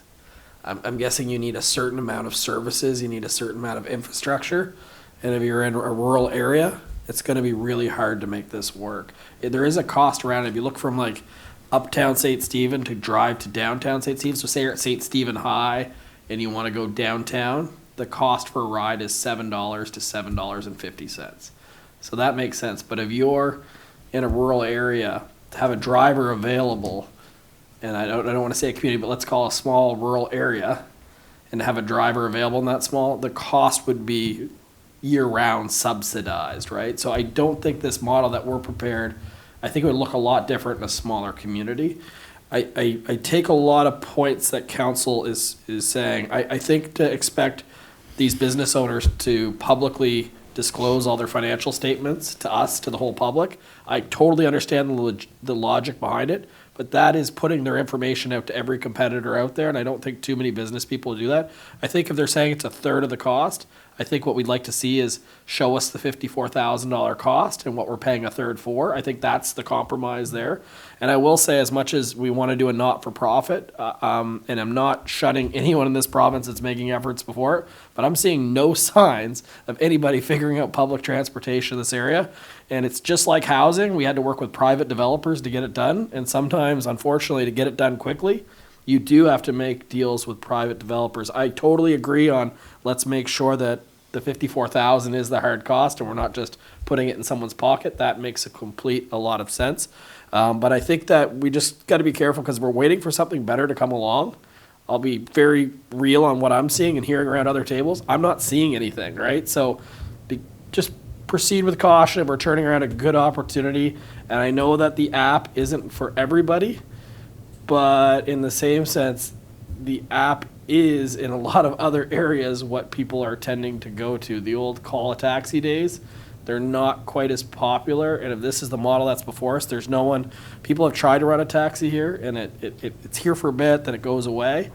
I just want council to be aware that the alternative to this right now, just to be clear, is nothing, right? That's and it doesn't mean you do it, but I just want council to know that there's not a better offer probably coming next week, right? So we really have to weigh out when we have a business proposal like this out, make sure we're not subsidizing it. The only other point I'll say, and I'll pass it back over to council, is to me this is tourism related as well. It's not just all municipal. I would propose that if we do decide whether it be the amount they're proposing, a smaller amount, larger amount, whatever it is, that we split that between the tourism, the economic, and the tourism, because tourists will benefit from this service just like residents will, and we do have a fund that doesn't come directly out of our local taxpayer as well. That's my only points on this one. Sorry to have such strong, but I just want to make sure we're thinking with both sides of this, that this is really the first public transportation outside of the hop-on, hop-off bus that we've actually got in my 8 years on council. Thank you, Your Worship, and you know, you do a very good job of speaking your mind and presenting it well to us, and I do appreciate hearing your comments, as I do from all of our colleagues here. However, if we're going to spend $18,000, no matter what pot of money it comes out of, I really feel that, like, we shouldn't have to spend that $18,000 because there already is public funds here already from the province to take care of this issue. But if we decide that, this is such an empowering project that we're going to spend that $18,000, we already have some success here in the town with Dial-A-Ride. If we gave Dial-A-Ride another $18,000, could they expand their services? And if so, because what you were saying there earlier is what I'm thinking now. If it doesn't matter if it's a senior or a youth or whatever, if someone's got to go to St. Stephen to the hospital, and they use this service to get there, or a doctor in St. George, it'd be an awful pity if they couldn't call the same people to come get them to bring them back. And to only be available for 6 months doesn't help the majority of the locals that are here year-round that are paying the taxes. That is paying this bill. So, I get it if we take it out of the tourism accommodation levy, then it's not the locals that are paying that bill. I get that, and I appreciate that very much. And that would certainly make it a lot easier for me to vote for that project. But I really think before we spend $18,000, we should talk to the people who are running Dial-A-Ride and see if maybe that amount of money would help us increase the services that's offered to this community. Thank you. Thank you, Councilor Bennett. We've got lots of hands. Councilor Heenan. And this was my goal, to trigger more debate, right? Two sides of it. Yes, Your Worship. I do not ever want anyone to think that I'm not for a transportation, because I really feel St. Andrews is the one thing that we're lacking here is transportation. As for upping Dial-A-Ride primarily is for health appointments, etc., not to go to the superstore in St. Stephen to buy groceries. I echo the fact that the app is a problem, but I also echo the fact that $100 to St. Stephen and back is quite a sum of money. On top of, they're also paying in their tax dollar. Like, $100 to go to St. Stephen and back, I mean, that's a lot of money. For a senior, for someone on a fixed income, I mean, they're not going to be using it anyway, because they won't be able to afford to. And I mean, you've got to face the fact that between the app and the $100, I'm scared. I mean, you might get the people in the bars at night. They'd probably, but then we're going to get the complaint there's not enough drivers. So, I mean, it's, as Mayor Henderson says, there's nobody else stepping up to the plate. I just want to make sure that if we're going to give $18,000, that it does fill part of the gap. It's not going to fill the whole gap of transportation problems in this town. I mean, it's just not going to do it. But we have to make sure our money is spent well. And I just see drawbacks of the fee and the app as a problem for older people. Thank you. Thank you. Councilor Hurdle. Just like to move to table it and give them an opportunity to respond to our concerns. Perfect. Can I have a seconder for the tabling? Councilor Deal. Any discussion on the tabling? All in favor of tabling, please signify by saying aye. Thank you, Council. That has been tabled. All right. Your Worship, I guess maybe just to go back exactly, what are staff asking for when the financial statements, for sure? What are there other concerns we need to address with them? I would say that the big one is, where does the $54,000, what does that look like for a breakdown, so council can have clear visibility on what that is? I'd just like to walk back my financial statements request, and I agree with the mayor on this one. Yeah. Rare. We table, but sure. We talk about these getting financial information. I don't think we have to present it at a public meeting. It is confidential financial information of an independent business. And on that point, technically it is confidential information to the business. Is it something we can review in closed session? We can, yeah. There you go. Well, I guess it's been tabled. But to remember, the core of their business is already set up as a mature business in PEI, so whether they have it broken down enough in New Brunswick to be a feasible question is a different story, right? Yeah, for sure. I think the big thing is that we see what it is for this community, whether they make money in Prince Edward Island or not. It really has no bearing on us, right? All right, thank you, council. Let's jump ahead to, I've lost my spot here. This is a big package, isn't it? Yeah, so we are headed to the next motion, which is on 262. Where?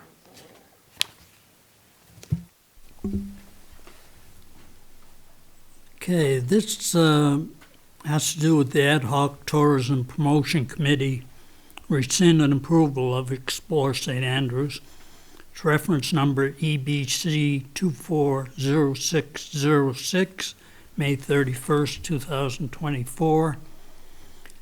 Explore St. Andrews have completed its bylaws and established itself as a nonprofit organization in the province of New Brunswick.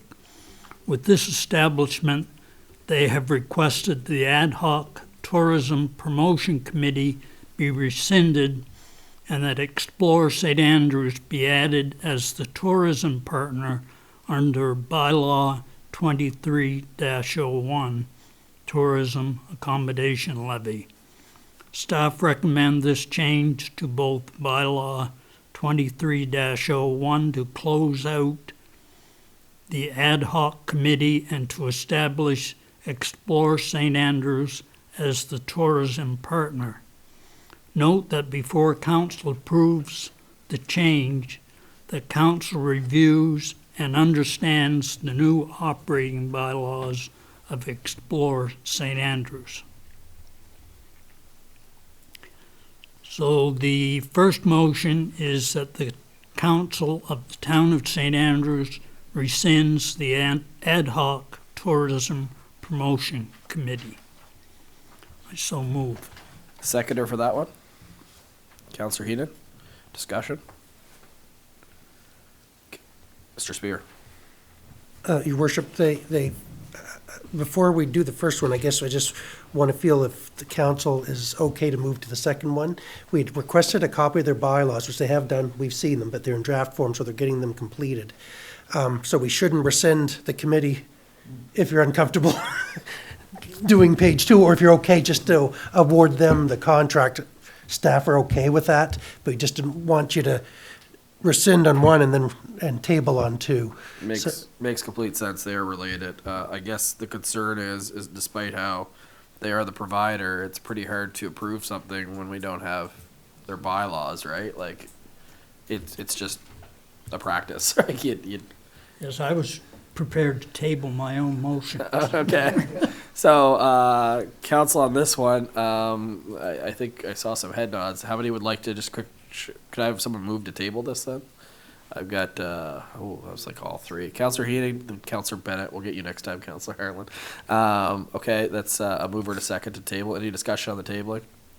Councillor Hurdle, why am I struggling with speaking tonight? No, I don't know. We'll get there. It's okay. I'm not offended. It's fine. I did work this past weekend again. But yeah, Jim Drab or whatever it's saying. Just a quick question in terms of, obviously, I mean, it's tourism season right now. Would tabling this really impact their ability to operate? Not really, because we're still acting as the bookkeepers for them till this is cleaned up. So they'll be able to proceed. They're just actually having their first full board meeting tomorrow. So they appointed all new 9 members, and we can let you know that. We're going to provide like a letter introducing it to you too. So we'll get on that. We actually have a meeting again. Well, the 17th though. We get another meeting, another regular council meeting. Usually we skip this week, but because we laid over. So we'll be able to bring this back in 7 days and finalize it. Thank you. Good question, Councillor Hurdle, though. Any other on the tabling? Okay, all in favor of tabling, please signify by saying aye. Perfect. The next one, can we just automatically table that, or do I have to formality go through it? I'd say we don't, no one's going to introduce it by reading it, so we just ignore it. Yeah, we and just we'll don't bring it have a back. mover and a seconder on Yeah. the next one, right? Is Yeah. everyone okay with that? All right, we moved along. Next one is Councillor Guichel. Thank you, Your Worship. Excuse me. Reference number RE 240606, May 29, 2024. submitted by myself, and the subject is transfer of funds for landscaping at Indian Point washrooms. And the background reads, staff are requesting another $20,000 from council's portion of the tourism accommodation levy to complete landscaping, including improving accessibility around the new washroom. Deducting the value of the building and contributions to the VIC, there is still $225,000 available. The final spending will be on the following. Firstly, to create an interlocking brick pathway from the trail to the facility's entrance. Secondly, to bring in gravel to build up the road for easier access for janitorial services and public works staff. And thirdly, to remove stumps and plant mature trees to further beautify this very visible location. And the motion reads, that the Council of the Town of St. Andrews approves the transfer of $20,000 from the Tourism Accommodation Levy Development Fund for the completion of the washrooms at Indian Point Park. And I'd like to make that motion, Your Worship. Seconder for this motion. I'm gonna give it to Councilor Harlan because I denied her last time. Yes, yeah, I felt like I was shunning you, right? Council, this is open for discussion. Councilor Bennett. Thank you, Your Worship. I just want to speak only on the part of the interlocking brick, and especially with all the interlocking brick we have around town that's heaved and cause tripping hazards and stuff, that we not install interlocking brick and look at something as simple as maybe asphalt or, something or concrete, something that won't heave and is more inducive to some of the seniors in our community. Thank you. Mr. Spear. Yeah, so the interlocking brick that is along Water Street wasn't the proper interlocking brick. It's not interlocking brick. In fact, it's just house bricks laid in sand, and with a lot of years' experience. So there's two benefits to interlocking brick. First, like we see at the exercise park, when it's all put in together, it tends to move better than concrete. And then if something does happen with a big frost heave, it's easy to remove a few bricks, landscape it back to the side, and then put the bricks back in, then have to replace a whole pad of concrete. So especially in this location, we didn't dig down too deep in order to create a base and stuff like you would along a street. So just the flexibility the bricks allow, both because during the frost season, but also in repairing anything that happens, seemed to be the best location recommended by the operations manager. Thank you. Any other questions? Okay, I'll call the question. All in favor of approving this motion, please signify by saying aye. Aye. It's everybody has been approved. Next one is Councilor Blanchard. Thank you, Worship. Reference number RE 240607. Subject is request for waiver of fees for wharf access Passamaquoddy Recognition Group. The Pescatawagati Nation at Schoodic has purchased 2 vessels to be used in the Passamaquoddy Bay. One is the vessel Hartford Hybrid, which is being used to fish the nation's food, and the second vessel will come to serve as a permanent search and rescue auxiliary vessel with the Coast Guard. It is being gifted to the community. Program Director Harry Sapier has requested to waive the cost of wharf berthage. Please see the attached letter for details. He originally had hoped for full-time berthage at the wharf, but staff explained the challenges of that during tourist season. They were grateful for any accommodation we could make to their needs.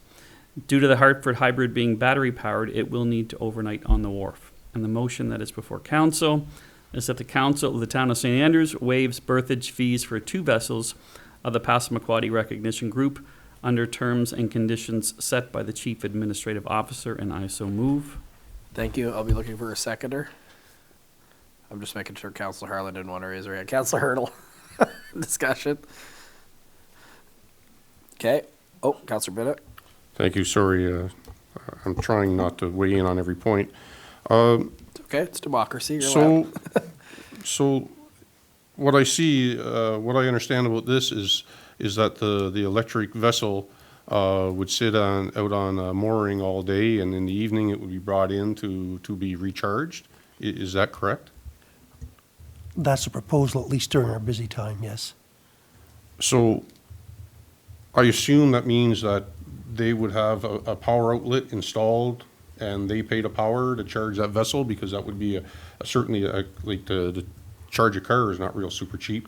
I'm sure it's not a whole lot cheaper to charge a vessel, especially, I understand right now they're only using it on Thursdays, but that certainly could change. And if we were charging that up every night that would certainly come to a considerable cost for town residents. Plus, not only that, I can say that, like, I'm sure, my understanding is that the feds purchase these vessels for the community, and the feds also have a policy of associated costs along with it. So, there's been many other communities that have been gifted vessels, and anything that's needed to go along with it, including buildings, garages and stuff to park them in. The feds have purchased that too. So whether we need to expand the wharf for a spot for them to berth, or we need to have an outlet to charge, I'm sure if the community contacted the federal departments who gifted them these vessels, I'm sure they'd be quite willing to pay an electric bill, which would certainly add up year after year, that our taxpayers wouldn't be happy with paying. Thank you. Thank you, Councillor. It's a good point, and I actually looked at it because I was curious, because the vessel's been parked there over the winter, and we haven't seen much of an increase, but they may have flagged it in. I haven't questioned them because as I was seeing it there. But it's a good point. There are extra meter boxes out there, so it's not unheard of that we've asked other companies who were using, I think they're called ceramic heaters to heat their vessels, that they had to put a meter in and run their own line just because it was astronomically expensive, that it wouldn't be covered by fees. So certainly we can work with them to say that they'll have to, when it comes time for especially overwintering, they're going to have to come up, if council approves it, to come up with a better power solution than plugging into our breakers. Sorry, excuse me, and I would like to clarify. I guess I'd like to make a motion that if this is approved, it's approved based on the fact that for the electric vessel that they install a meter in their name or in the federal government's name, and that it's paid by a different source rather than the town. Thank you. Okay, so that'd be an amendment is what that would be. So we have an amendment on the table, and we'll come back to yours on the original motion. So do we have a seconder for that amendment?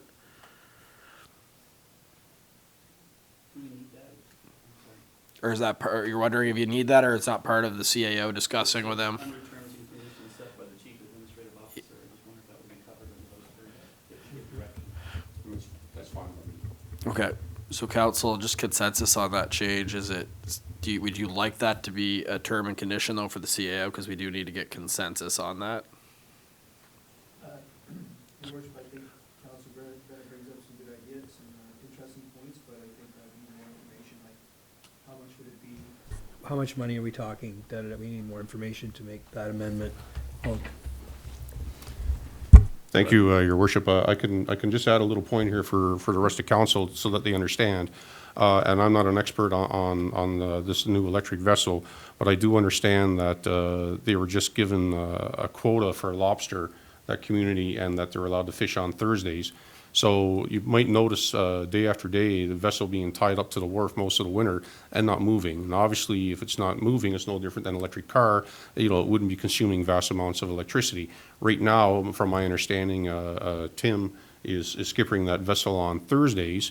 So it's only being used one day a week. So the charge rate on that would only be 1 day's use, and it's pretty minimal because they don't have a lot of pots that they're issued right now. But as we've learned, there's negotiations for the Pescatomagati people and their nation to be recognized in our area, and if so, then they would have full access to the fisheries and stuff. And then chances are that vessel will be being used probably even on a commercial basis, 7 days a week or up to 7 days a week when weather permits during the regular fishing season. And I would expect that would be part of the negotiations that they're looking at. And no matter what the charge rate would look like today or over this past winter, it would likely be considerably higher during a commercial season. And with the large batteries it would take to power that vessel, I would expect that it would be an astronomical number. How about this, council, as the kind of move ahead is the CAO, just as part of the kind of terms and conditions, says that they will monitor the energy. If they notice a significant increase, then they may, if with usage, may have to install their own independent. Would that fine for everybody, where if the CAO feels like it's being used a lot, there's a lot of energy, part of the agreement is that may be something that he has to explore. Mr. Spear? Well, Your Worship, just to reiterate, the cost for them to actually install the meter is next to nothing. All the infrastructure's there. On the wharf was originally built in. It'd probably be easier just to talk to them, that say, Okay, the power requirements, and I'm sure the First Nation will be happy to comply. So it's safe to say that Mr. Spear feels good enough to proceed with this under advisement. Does that work for everybody? Okay, thank you. Now back to the original. So there was no technically secondary. Actually, Councillor Bennett rescinds that, right? Is that safe to say? Since you, yeah. Okay, Councillor That's correct, Harland, Your and I Worship. think there was more hands. Thank you, Mayor Henderson. So I just need to clarify in terms of the berthage. That would be the next motion. Is that what, are you looking for the berthage or the berthage fees? Or sorry, There's that's only the same one one. Sorry, it's the that's same. my bad. My apologies. Continue.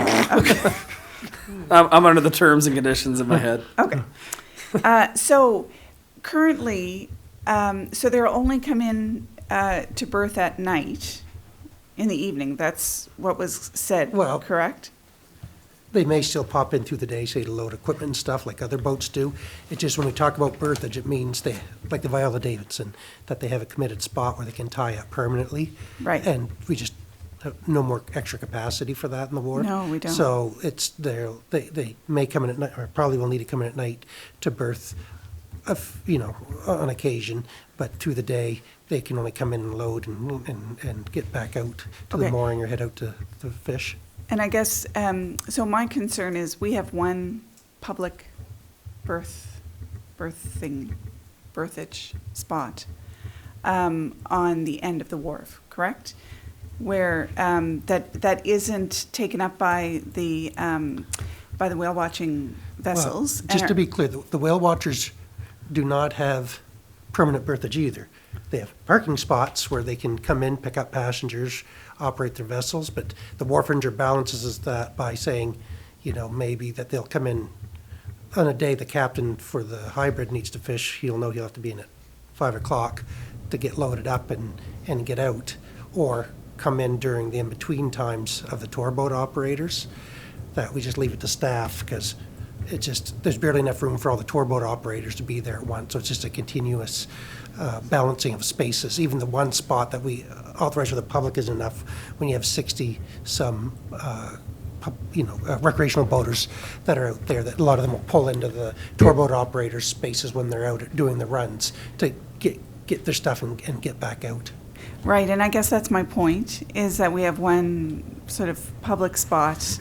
And I know the wharfinger does a phenomenal job trying to direct all of that traffic. I think he is amazing at what he does, and he does it with great diplomacy. The challenge is that I hope that we want to continue to promote this as a destination for boaters, but we're really limited in terms of where boaters can tie up to the wharf, even for a short period of time. But even without this particular request, we haven't been able to satisfy that for years and years. I would agree. Yeah. So my concern is that this isn't going to further impede that issue. That if they're coming in the evening, that it would be after most, especially during the tourist season, that it would be after most of the busyness of the day of boaters getting in and out, and We just have to leave that to the wharfinger. They've made the request, and under special circumstances, it's a First Nations group. yep. But this is bringing in business though as well, what you're talking about. This is bringing in business as well, like you're saying we need to create and make sure that we promote. We are promoting by doing this. This is still a promotion. I'm not disputing this, No. that. I'm simply saying we have a real challenge on our wharf at the best of times. And I just worry about our commitments in terms of how we balance all of our commitments with respect to access to the wharf. So, back to in discussion with the wharfinger, and in discussions with Mr. Sapier, explaining, berthage is impossible, there's going to have to be a lot to give and take. The tour boat operators, due to the nature of their business, have select times they have to be in there. It's just, Yep. and they have been for decades. Yep. And so everyone has to work around everyone else. I mean, the Viola's working a little bit more, so that space could be used for short-term stuff as well, like it's heading out more. Yeah.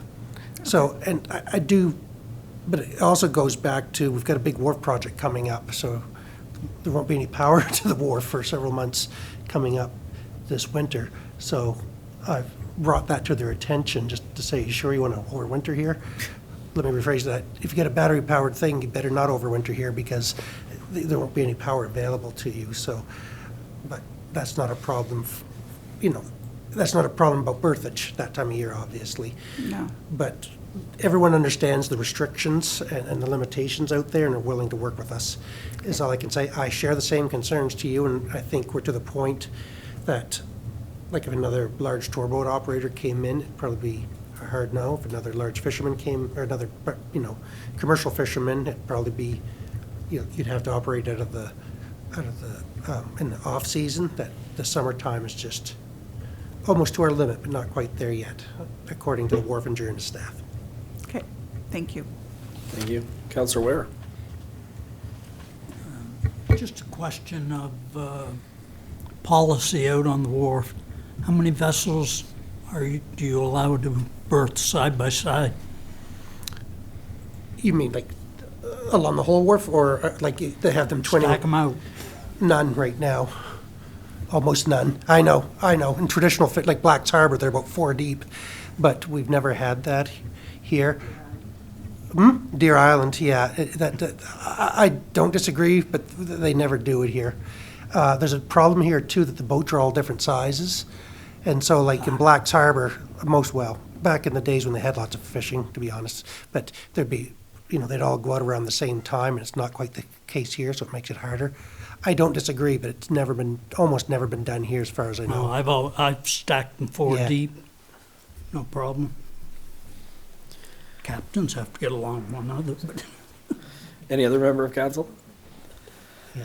Okay, I will call the question. Sorry, there was some communication brought forward, Your Worship, in between meetings, if I'm okay to read it from Concerned Citizen? Sure. That's standard, yeah, because we haven't received it, is that We why? haven't received it Okay. in between meetings. Sure. If that's okay. So it's from Mr. Jared Beckerson, who's the Assistant Coordinator of the SW, the Southwest Fundy Progressive Protection, who's with us tonight. So it was originally to the clerk. Mr. Nopper, I've had a look at the agenda for last week's meeting, and has a question to submit as well as some concerns. Regarding the request for waiver of fees for wharf access past Aquatic Recognition Group, RE 240607, I'm looking for clarification if this is to waive berthage fees or wharf access fees. There are 2 different uses with different costs associated. If what is being proposed to the town is allowing 2 more vessels access to the wharf for free, while paying commercial customers are turned away or discouraged due to space limitations, then I have concerns regarding the proposed waiver of fees. Over the past few years, various paying commercial customers have been turned away from the wharf due to limited space. If the town and the wharf are in as much financial difficulty as the town leads us to believe, can the town afford to let 2 vessels take up increasingly limited space at the wharf for free, while displacing paying customers? I would suggest that the current vessel for the Passamaquoddy Recognition Group at our wharf and any additional vessels that can be accommodated be welcome to continue being a part of the St. Andrews Wharf community, while also contributing to the financial well-being of both the wharf and the town. Many thanks, Mr. Beckerton. Then I had answered that for clarification. And then he replied, first, I'd like to mention there are 8 Coast Guard auxiliary vessels located at the Passamaquoddy region, including 8 out of St. Andrews. So to say it's an asset missing from the area is incorrect. So what's that too, is that they have a second vessel that they're talking about bringing in that'll be designated a full-time auxiliary vessel. From my understanding, although there are 8 Coast Guard auxiliary vessels, but lots of time many of them aren't available because they're in use, and this one will be made available all the time, from my understanding. I've included a full list of the Coast Guard auxiliary vessels from the membership of a site at the end of this email. Second, I acknowledge and encourage the council to consider all requests. I also, that is in the spirit of reconciliation with First Nations peoples, that the Passamaquoddy Recognition Group could be considered for special consideration.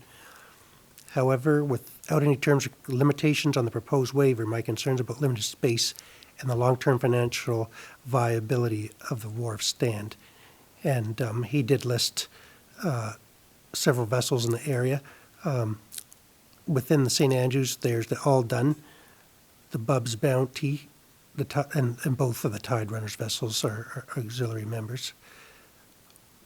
But just case in point, there's times where the fire department had trouble finding auxiliary coast guards because like the Tide Runners were out doing the tour boats and stuff, and so this one will be more of a permanent placement, from my understanding, is what the proposal is. And my understanding on the second vessel, just on that, is that it was actually considered a gift to the community as well to help with operations.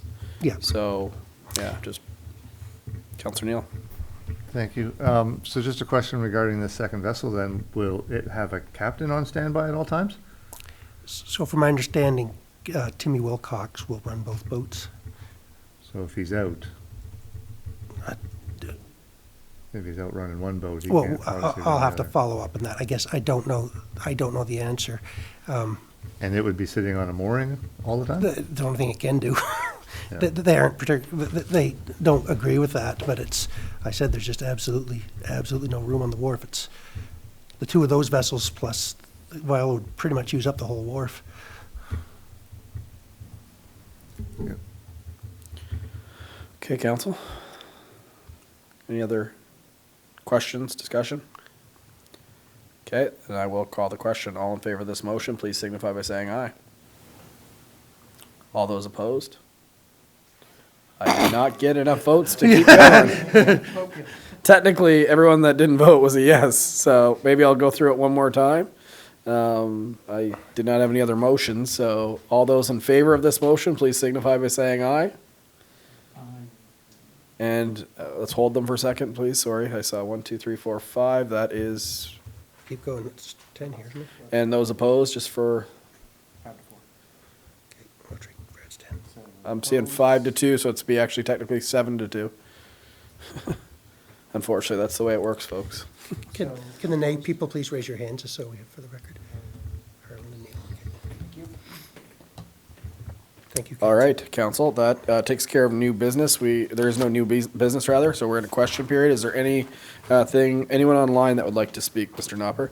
Any questions, submit it throughout the course of this. Anyone in the audience have a question related to the agenda this evening? I made that quick.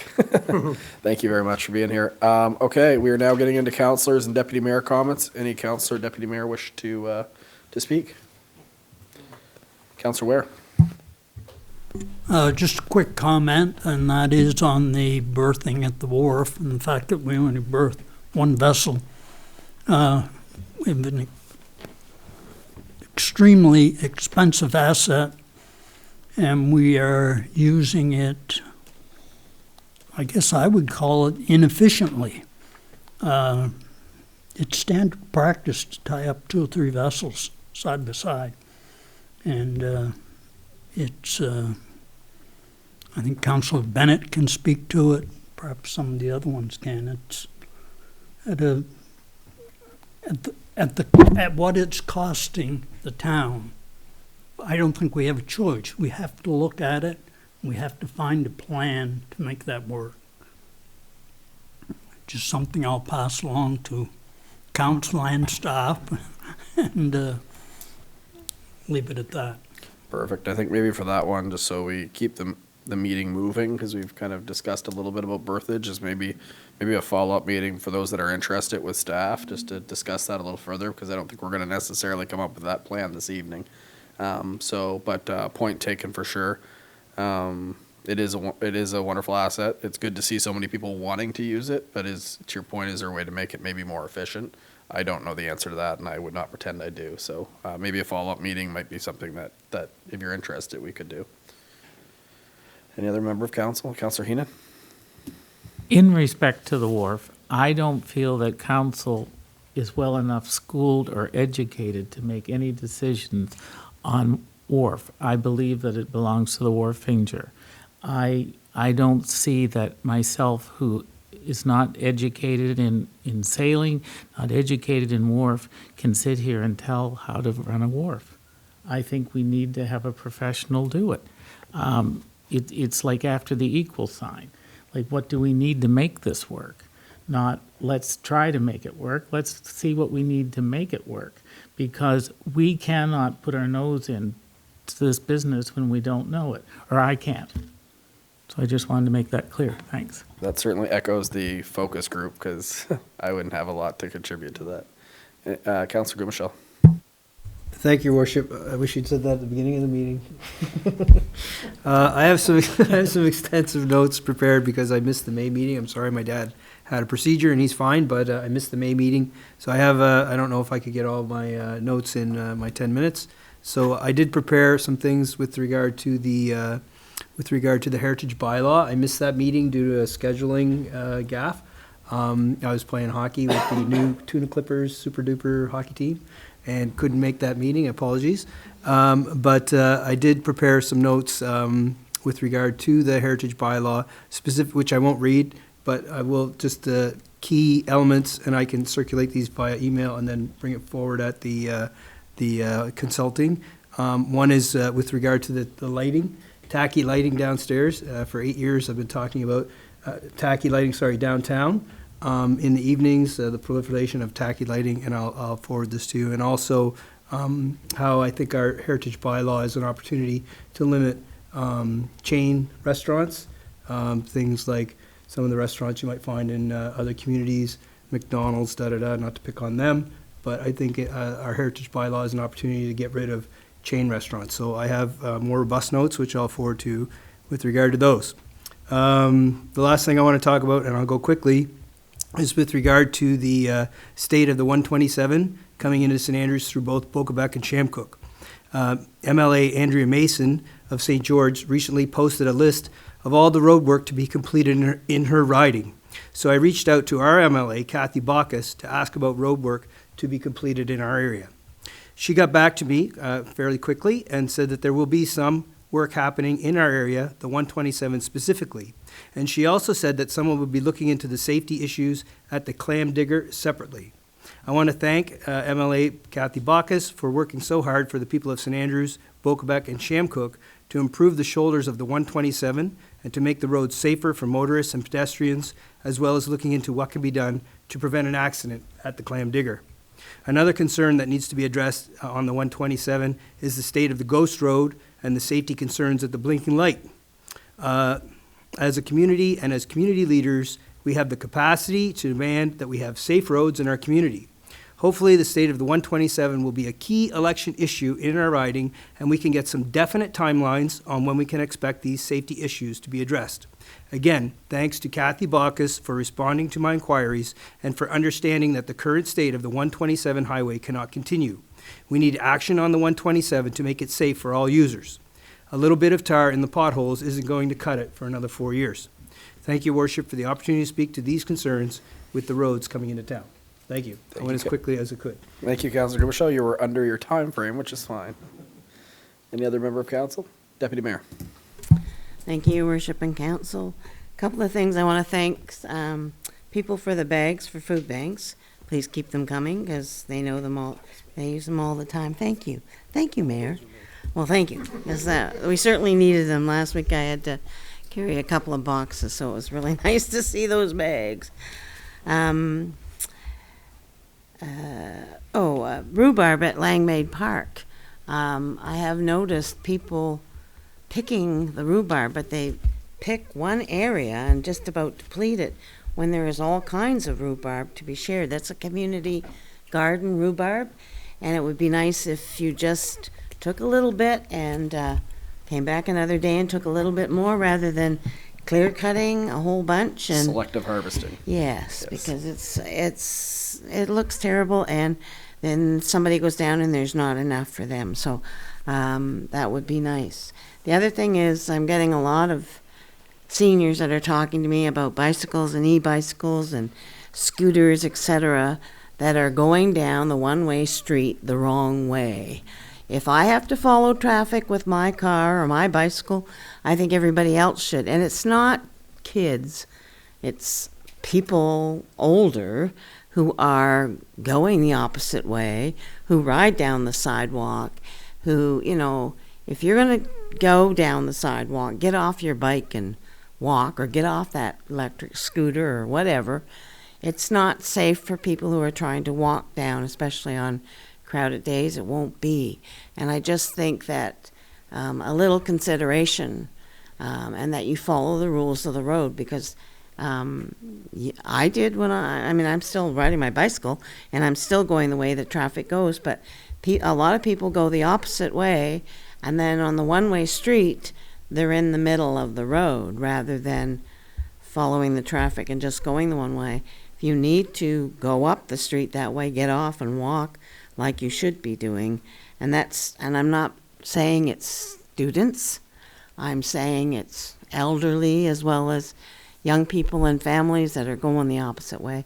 It's just an endangerment, I think, for our citizens of St. Andrews. And thank you very much for listening to my rant. Thank you, Deputy Mayor. Any other member of council?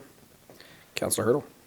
Thank you, Worship. I was going to bring this up on our last council meeting, but obviously that was brought short. But I just, in the monthly staff report, Debbie Lord singles out Swift Kicks fitness program for youth on Thursdays there. So I just wanted to say thank you to Mervyn as well as Kayla Doak for putting that on. She was actually able to get a grant, and Swift Kicks actually reduces financial barriers for kids getting interested in sport.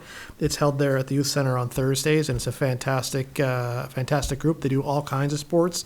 So if kids that are interested in getting involved in sport, they'll really adapt to what the kids are looking for at that time. So send them on down to the youth center. It's a great activity, and thank you very much, Kayla Doak.